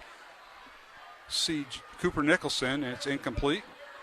I'll stop the clock with 3:02 remaining here in the fourth quarter. 4th and 6 coming up for Dowling from the Ankeny 34-yard line. Hawks lead it 27-6, and Dowling obviously going for it here, Matt. Yeah. Well, we have a moment here. I wanted to say we before the game, I walked in with a set of parents, Carlos Navarro's parents, and a lot of his family's down in New Orleans. Listening to the game, just got electricity back after the storm. They don't have power. Yeah, they just. That's awesome. Yeah. 5 receivers for Dowling. English back downfield, caught over the middle. That's Carson Brown, I believe, with the catch inside the 15, and they're going to spot him down where? At the 11-yard line. Quick hitter that time, battling with 5 receivers, 3 on the right, 2 on the left, and it was Carson Brown, the slot, in the slot right with the catch. And that soft spot in the middle of that two-deep zone, if you can get behind the linebackers and in front of the safeties, that spot is open on the middle of the field, and Jake and Carson have been able to connect on that play a couple times tonight. 23-yard gain puts the ball down to the Hawk 11. 1st and 10, Dowling from the 11-yard line of Ankeny. Runs with 3 receivers to the right, including the tight end, 1 to the left. And he fires over the middle. That's English to the big tight end. It's incomplete to the big guy, Jalen Thompson, in the end zone. Great break up there by the Hawk defense. As there was one-on-one coverage there. Again, Ryan Crandall is the one that broke that up as he came up there and separated the ball from Jalen's hands. All right, to bring up 2nd down 10 for the Maroons. Jake English at quarterback. He's got 1 back in the backfield, and that's C.J. Phillip. He fires into the end zone into double coverage for his big tight end once again, incomplete to Jalen Thompson. Thompson, a 6'4", 225-pound junior, and that was a little bit into double coverage that time. That was. He kind of threw that one out into the corner, letting Jalen try and go get it, and threw it out there, fortunately, where no one else could either. That is fortunate. You're right. That's a good point. Of course, Jake English, his 2nd start of the season in 3 games, taking over for Jackson Smolik, who is out for the year with a broken collarbone. Broken in 2 places, and we hope he is on the mend quickly. He's just a junior. English back to throw, fires in the end zone, pass incomplete. He led his intended receiver a little bit that time, and it's incomplete. Carson Brown had, kind of I would say it was like a bracketed coverage. He had a man on him and a man over the top. And, again, 2 players, 2 defenders there as Carson's trying, and Jake's trying to fit it into a small window. He did, and I think he had a little bit of pressure because he unloaded it maybe just sooner than he wanted to. And Carson had one-on-one coverage, but forced the play. 4th and 10, Dowling from the Ankeny 11. English with pressure, fires in the end zone, and he's got his man open. Touchdown, Jalen Thompson. Is that right? I think it's Carson Brown. Or is it Brown? Yeah, it's Carson Brown.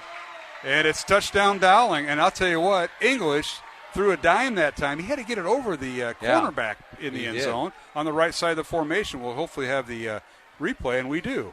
And we want to thank Sean for that. The crossing route there, and Jake throws it to the back of the end zone, and Carson goes up and gets that ball out of the air. He didn't wait for it, went and picked it up, and a nice play, something to build on as they move forward. First touchdown of the night for Dowling, and Diego Leon with the extra point. It's good. So our score is now 27-13. Ankeny leads Dowling. 2:17 remaining, 4th quarter, back in 1 minute here on the Iowa Catholic Radio Network and the Central Iowa Sports Network. At noon, Monday through Friday, the doctor is in. Dr. Ray Garendi helps you with personal problems and professional questions. You'll love his fun approach and practical advice. The doctor is in on the Iowa Catholic Radio Network, connecting listeners with Christ. Support for Iowa Catholic Radio provided by Northwest Bank. Commitment you can bank on. Northwest Bank is a community bank serving Iowa and Nebraska. NW.BANK. Thank you, Northwest Bank, for supporting Iowa Catholic Radio. Did you know you have a choice in your child's education? Smaller class sizes, dedicated teachers, a sense of community, and a caring learning environment. Whether it's in the classroom or at home, Diocese of Des Moines Catholic Schools deliver the best value in education, and we offer tuition assistance to help you afford it. Learn more about how the Catholic schools in the Des Moines Diocese might be the right choice for your child. Visit dmdiocese.org/schools.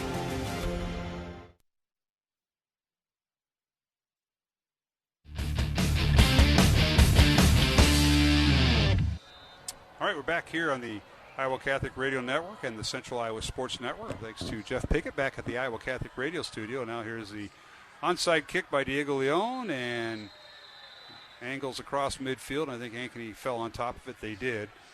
Dowling on that last drive. We'll go down to John Chido here in a moment. 10 plays, 75 yards, and Jake English, first touchdown pass of the evening of 11 yards to Carson Brown in the end zone. Extra point by Diego Leon, good. And it's 27-13, Ankeny with the lead over Dowling Catholic. Let's go down to the Dowling sideline. That's where John Chido is at. Johnny? Oh, it's good to see Jake English connect with Carson Brown for that touchdown because, Jake's been fighting all night long and was able to complete those passes. And Carson Brown is shown that he's a playmaker going up for those balls, and he's had a good night.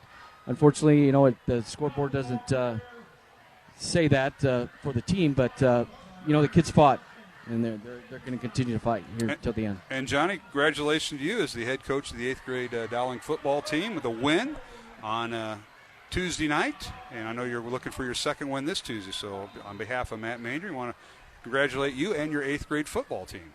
Well, good. If you have great kids, they make good coaches. So it's credit to all the kids. That is true. He's talking coach speak just like you do, Manger. I know it. Just like you guys do. You guys are all like all these coaches. All right, penalty on first down. And by Ankeny, so they'll push them back to their own 43-yard line, and they give to the tailback. And I think they've got some new players in there, and we'll see who they are as he scampers. Or is it Cadolf? Nope, it's Cadolf still in there. Cadolf, yeah. They still have that starting group up in there, and they're not going to mess around. They want to make sure that we don't, they don't give any momentum to Dowling whatsoever, because you've seen stranger things happen. Yeah, turnovers. Ankeny's lone turnover was a muffed punt by one of their outstanding athletes in their two deep. He's their backup quarterback, and that's he is one of the tailbacks. That's Reed Johnson, who had the muffed punt.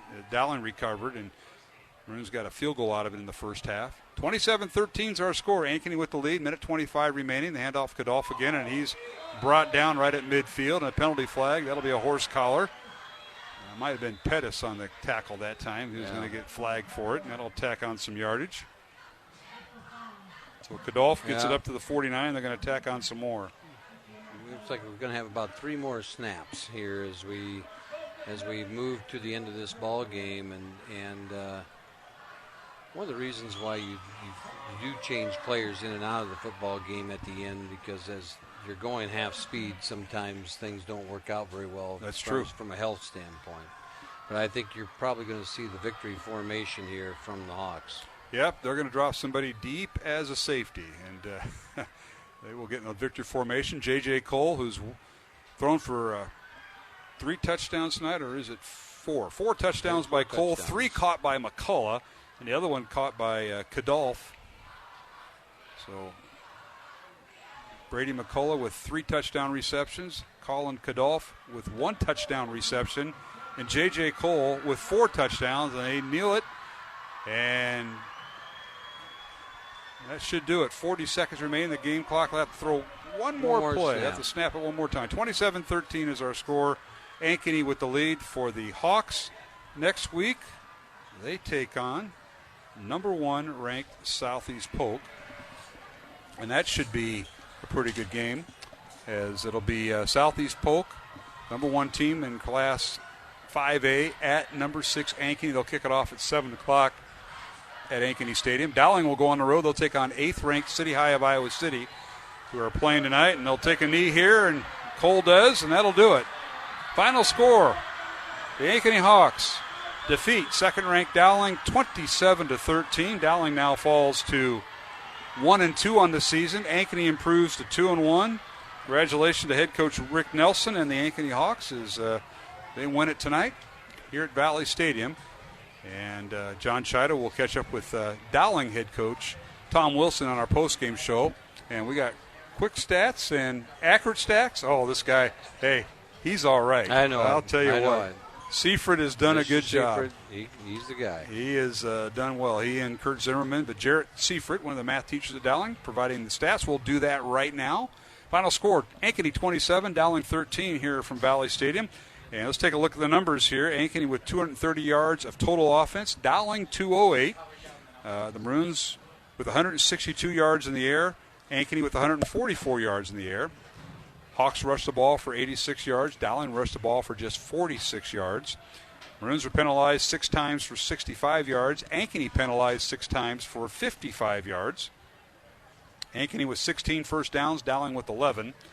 And quarterback Jake English for Dowling, 9 of 28 passing, 162 yards, 1 touchdown, and 2 interceptions tonight. J.J. Cole for Ankeny, 13 out of 15 completions. I'll tell you what, that's pretty good. Only dropped 2 balls, 144 yards and 4 touchdowns for Cole. Leading rusher for Dowling, C.J. Phillip, 12 carries, 28 yards. Cam Middleton, 10 carries for 13 yards. English, 3 carries for 2 yards. And Dante Cataldo, 1 carry for -2 yards. For Ankeny, their leading ball carrier was Colin Kadolf, the 2-year starter, 24 carries, 109 yards on the evening, and he had 1 touchdown reception. And then others in there, Nate Nessa, 2 carries for 3 yards. Quarterback J.J. Cole, 6 carries, -2 yards. As Ankeny now in receiving, they had their leading receiver was Brady McCullough. 8 catches, 124 yards, and 3 touchdowns tonight for the All-State receiver for Ankeny. And also in there, Ryan Crandall, 3 catches for 16 yards. And out of the backfield, Colin Kadolf, 2 catches for 4 yards and a touchdown. Leading receiver for Dowling, Carson Brown, 4 catches, 84 yards and a touchdown. Cooper Nicholson, 2 catches for 50 yards. Tight end Jalen Thompson, 2 catches for 15 yards. And Andrew Bliss, 1 catch for 13 yards. That'll wrap up the scoring in the stats in the contest. Again, Ankeny with 230 yards of total offense, Dowling with 208. We'll take a break and come back with our postgame show featuring Dowling Catholic head coach Tom Wilson. John Chatta will catch up with him. Following this break, final score from Valley Stadium, Ankeny 27, Dowling 13 here on the Iowa Catholic Radio Network and the Central Iowa Sports Network. Support for Iowa Catholic Radio comes from Mercy One, your expert circle of personalized care for all your health needs. With more care locations than anyone, your best life is their one purpose. Find your doctor at mercyone.org. Support for Iowa Catholic Radio is provided by Skeffington's Formal Wear, in business since 1951, with locations in Des Moines, West Des Moines, Davenport, Coralville, and Ankeny. Skeffington's Formal Wear, fitting you for life celebrations. Online at skeffingtons.com. Support for Iowa Catholic Radio is provided by CTO. What great news for donors to the Catholic Tuition Organization. You now receive 75%. Yes, 75% of your donation back in Iowa tax credits beginning January 1st of this year. Your support has helped thousands of students attend our Catholic schools. Best gift ever. Online, ctoiowa.org. At CTO, the bottom line, it's for the kids and their future.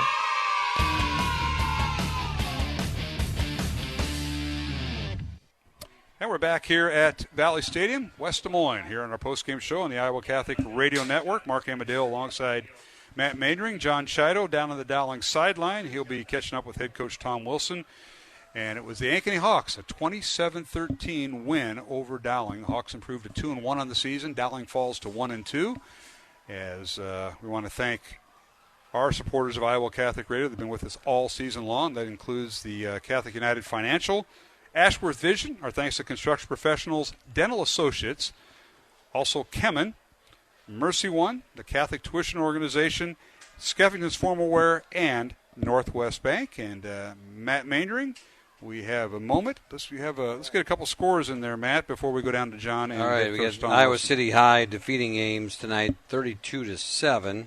And late in the game, we got, it looks like Valley and Urbandale tied at 14 is the last score we have. That's in my backyard in Urbandale. Yeah. Can't wait. I may get home and walk over. Ankeny Centennial over Waukee 42-7. And that is the updates as I have them right now. And you had, again, City High of Iowa City. That's Dowling's next opponent. Yep. Leading Ames in Ames tonight. That's the little Cy-Hawk rivalry. Right. You said 32-7? Yep. At last report? Okay. Yeah, well, that game is over, I believe, and so the other game that we're kind of looking for was the Southeast Polk game, and I believe it was close last time. Okay. Well, again, the final here: Ankeny 27 and Dowling Catholic 13. Mark Amadeo, Matt Maindring here in the press box. We're going to send it down to John Chido on the field, and we'll have head coach Tom Wilson following the game. And go ahead and take it away, John, with head coach Tom Wilson of Dowling. Well, Coach, it's a tough night. Tonight, the kids fought hard till the end. Your thoughts overall? Yeah, I think they did. To be honest with you, it's just disappointing on how we played, and it's like I just told them. I mean, it's everything from the coaching staff to players to everything. We have to do it together. So we got to coach better. They got to play better, and it stinks right now. But all is not lost, and the schedule doesn't get any easier. So we've got an awful lot of work to do. We just have to execute what we do a heck of a lot better than what we are right now. I know, Coach, you've been doing this a long time, and you're going to find out what type of identity this team has and get them prepared each week and get the best of these kids to play each week. Well, that's certainly the plan, and I don't think there's any magic formula to do that. Your kids just have to trust in each other, and right now I'm not sure we have that. I think our defense fights their hearts out, but as soon as, you get defense versus offense, it's a team. So we'll go back to work. We've got good kids, and we can play a heck of a lot better than really what we have. And, a lot of people can make excuses and talk about, okay, we don't have Jackson and things like that. English is playing his rear end off and trying to do the best they can. We know who we have. We just have to make who we have better. All right, Coach. Best of luck next week. Thank you. All right, John Chido, thank you for visiting with head coach Tom Wilson. Never easy to talk to the media or the press or even your own local radio station. Matt, you've had to do that, I'm sure, a few times up in Sheldon. A few times. Oh, you guys had the Saturday morning we had breakfast club, didn't you? Yeah, we did. Yeah, so. And you had to think about it all night. Yeah. It didn't make it any better. And I bet you didn't forget a thing either. It's one of those memory things. But we want to thank Coach Wilson for coming over. Tough loss to the Maroons. They're now 1-2 on the season as Ankeny improves to 2-1. And let's go run through the scoring tonight. We'll take a break, come back for final thoughts. We want to thank everybody involved with our broadcast, including our sponsors, both on the CISN.TV network, Central Iowa Sports Network, and the Iowa Catholic Radio Network. Our thanks to everybody involved. Ankeny tonight, the highlight, J.J. Cole, their quarterback, threw for 4 touchdowns. His first 4 touchdowns of the season. He had 2 interceptions coming into tonight's game. He threw for 4 touchdowns. 3 of them were caught by Brady McCullough, 1 from 5 yards, 1 from 4 yards, and 1 from 44 yards by McCullough. And what a night he had as he caught 3 of those 4. Colin Kadolf caught the other from 3 yards out as Ankeny built they had 4 touchdowns tonight, leading 27-6 at one point. Dowling scoring late. Carson Brown an 11-yard reception from Jake English for a touchdown with 2:17 remaining. Cut the lead to 27-13. In between, a 40-yard field goal and a 23-yard field goal by Diego Leon. So that's the scoring as Ankeny led 14-3 at halftime, and they win it 27-13 over Dowling. We'll take our final break and come back with post-game comments and final comments tonight from Valley Stadium. Final score, Ankeny 27, Dowling 13 here on the CISN.TV and the Iowa Catholic Radio Network. Tuesdays at 9 a.m., listen to Be Not Afraid on Iowa Catholic Radio, iowacatholicradio.com, and on demand on the Iowa Catholic Radio app. Connecting listeners with Christ. Support for Iowa Catholic Radio provided by Northwest Bank. Commitment you can bank on. Northwest Bank is a community bank serving Iowa and Nebraska. NW.BANK. Thank you, Northwest Bank, for supporting Iowa Catholic Radio.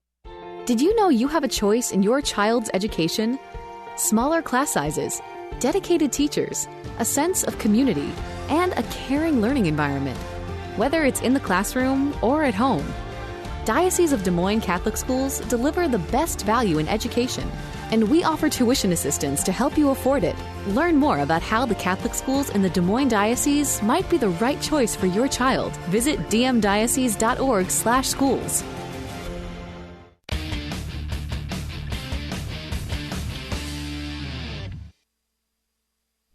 All right, back here at Valley Stadium in West Des Moines.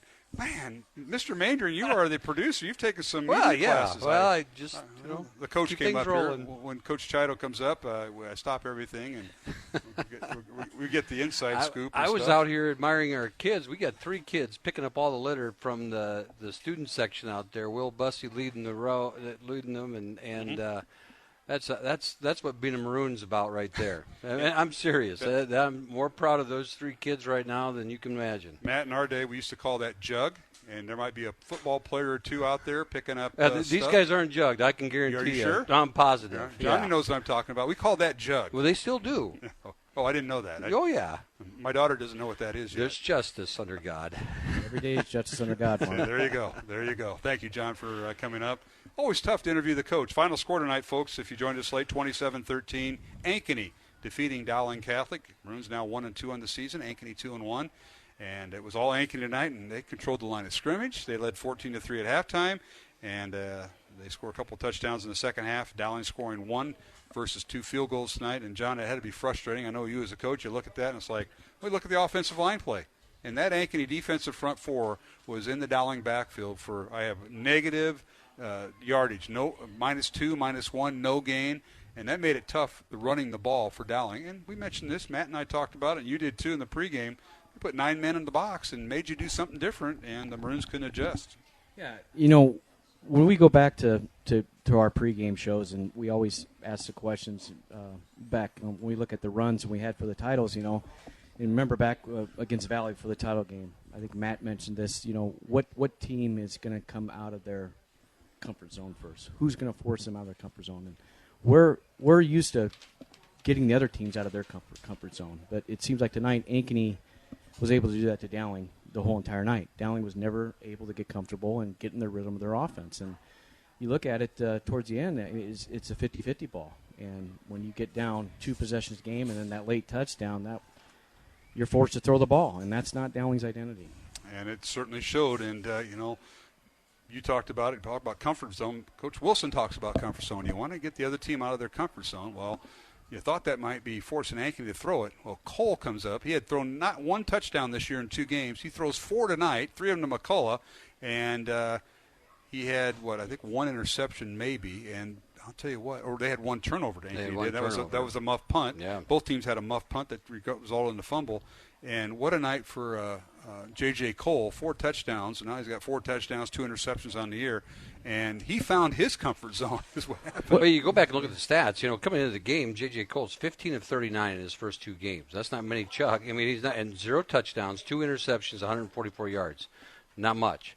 And, you want to be the guy, you got to be the guy. And tonight he was the guy. And McCullough was just outstanding. And there's no answer as they tore things up. He's impressive, and he's tough to guard. With his size and our corners, when you have 5'6", that's like me trying to cover Matt. It just doesn't work very well. You might have a step on me. I don't know. I mean, post him up. And you know what I was impressed with J.J. Cole's ability to maneuver in the pocket and get out of the pocket and buy himself time to hit that deep ball. And when you're able to do that and we can't get pressure on him and force him to come up in the pocket instead of break the pocket, he's going to cause fits. Yeah, a name we didn't hear very much tonight was Jalen Pettis, and Ankeny was able to neutralize him, and he didn't get much pressure on the ball. I think Hikus was the only one that had the sack. That had the pressures on J.J. Cole, and the Ankeny defense again. They just kept, as you said, never allowed the offense to get comfortable, and that's a great point, Johnny. And as they could never find what they're going to hang their hat on. All right, gentlemen, we've got to wrap things up. We've got a prediction about tomorrow. Matt Manion, we'll start with you. Iowa State up in Ames, 3:30 kickoff, ABC. I might be on the golf course at that point. Nice job. That's a great place to be. Yeah, and, I think at Ames, I think ISU is going to get it done. 95 degrees, and this guy's going to sweat his way through it. John Chido, your thoughts on that? Because you're a Hawk fan and an Iowa State fan. Your daughter dances for the football team on the dance team. Talk about it. Well, 2 things. If Breece Hall is healthy, and there's been some speculation that he's not quite 100%. And was it Charlie Kohler? He didn't play last week. Right.